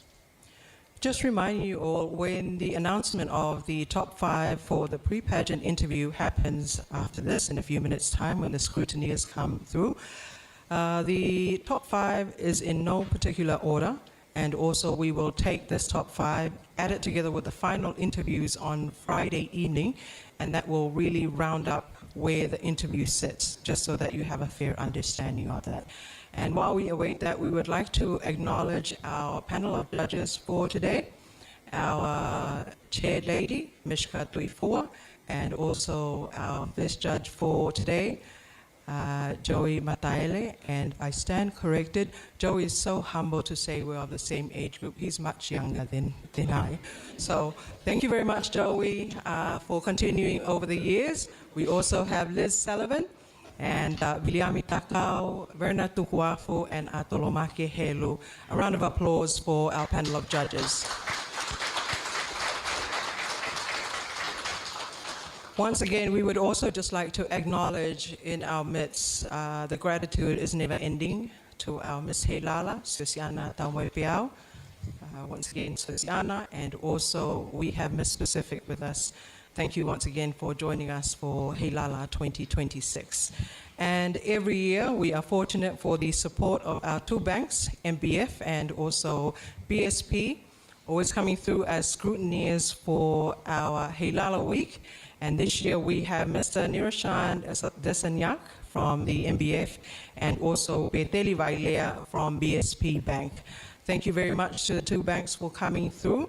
And also we would like to acknowledge all our sponsors. This year is unique, not only historic because of the year, the bicentennial anniversary, but also we've seen the numbers grow in comparison to past years. So hopefully it's a good sign of Heilala and more to come of it. That this year we have 14 participants, Meliala. Thank you, Salote. Now you just relax and enjoy. We just wait for our scrutineer to finalize those contestants. Just the top 5, like Salote mentioned, it's in no particular order. It's just the top 5. I go for you to nima tuki mu ape beheni ave ki he pati doktana fata haya pe mo stage interview ko e fa falaite e to ki pakato aya ko pare ki interview I go to nima ko ni ko raktor fani main ko to nima pe. Also reminding for this week, whether you're present in Tonga or those that are watching us and joining us from overseas, we'd like to acknowledge the platforms that are being used or the live streams that are coming through, especially for Radio and Television Tonga and Broadcom, our main 2 live broadcasts that are carrying through, and also just our Tongan diaspora, whether in Tonga or the Tongans overseas actually. Thank you for coming through and supporting year by year. I think the events to come that throughout the week we have we've got our sarong wear, we've got our ta'olunga this evening, we also have talent, the island wear, and of course this year we're going to take it back to past years like the ball, and I know the pageant director, festival director, the minister himself, he's put in his own touch into a waltz and ball and whatnot, so there's a lot to be expected this week. Coming through, and that's exciting, Miliana. Yes, very exciting, and looking forward to being with you this week at the programs of the Miss Heilala. Yeah, we're still waiting. I think that's a good sign. As we're waiting for the scrutineers, it's the hard job that they've done in terms of coming through with the points and everything. And as we see it's come through to our head judge in terms of being particularly ready with our marks there, stay with us. We have our top 5. Again, it's in no particular order whatsoever. And as we awaited the scores to come through, this also reflects the hard job that had gone into the judges and being able to judge the presentations and also tallying of the marks and being passed over to the scrutineers. Thank you very much.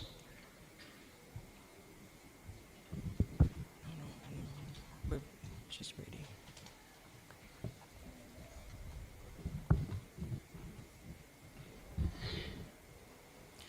As our contestants are ready for the announcement of the top 5, I'd like to once again acknowledge you individually and also your supporters, your village behind you. A lot of work and just seeing you all throughout the preparations. I'd like to acknowledge you all, the efforts, and still bring the smiles out there. Throughout the past week. Can we just go back to the island? Able to brave the smiles at this hour. And we have here our results. And the results in terms of, once again, it's in no particular order, but this will be the top 5 of our interview for this hour, which will be added with the final interview. And then from there, the latest or the last results will be named. In no particular order, our top 5 for the pre-pageant interview, we have with us, can I please call on stage Miss SNS USA.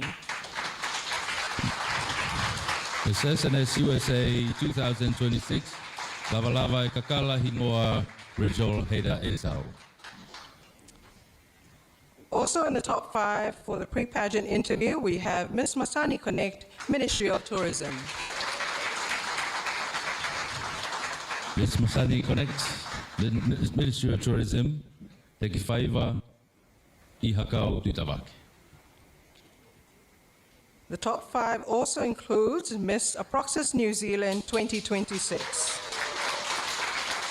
Miss Aproxis New Zealand 2026, Kathleen Monica Soana Waiatangitau. Also in the top 5, we have Miss Lady Maria Tonga Australia. Miss Lady Maria Tonga Australia, Syria, Sitoafa Matelau. And last of the top 5 for the pre-pageant interview 2026, we have Miss Vava'u Tourism.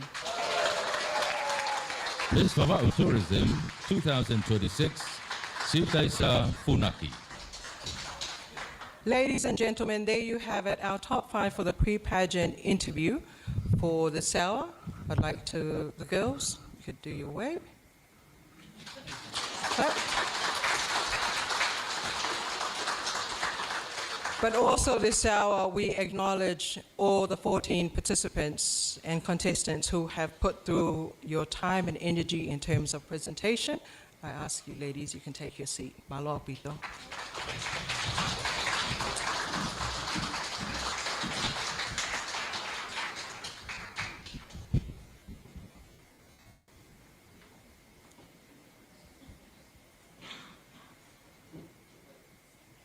Ko tō ni mana te nau, ko nau whiri he tau kau whopau, tō ni matu ki mua he tau pre-pageant interview. And that, Melielau, ladies and gentlemen, distinguished guests, contestants, judges, everyone present here, and those of you that are joining us, that brings us to the end of our first judging event for the Heilala Pageant 2026. What a beautiful start to this week. And we hope you enjoyed meeting our Heilala beauties. through their presentations and interviews, and we've truly set the tone, and we can't wait to see the variety of talent that they'll showcase in the coming days. Just once again, a gentle reminder and invitation, please join us again 7 p.m. this evening at Atele Indoor Stadium for our second judging event, which is a Ta'olonga competition. Come support, come celebrate, and bring that Tongan pride with you. The grace was said at the beginning of the program, so from here, may we all have a pleasant and blessed rest of the day until we see you this evening. To'a whātu, and see you all tonight.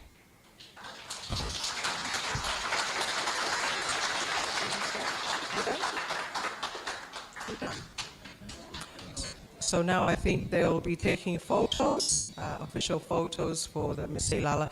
The program is officially over. Malo.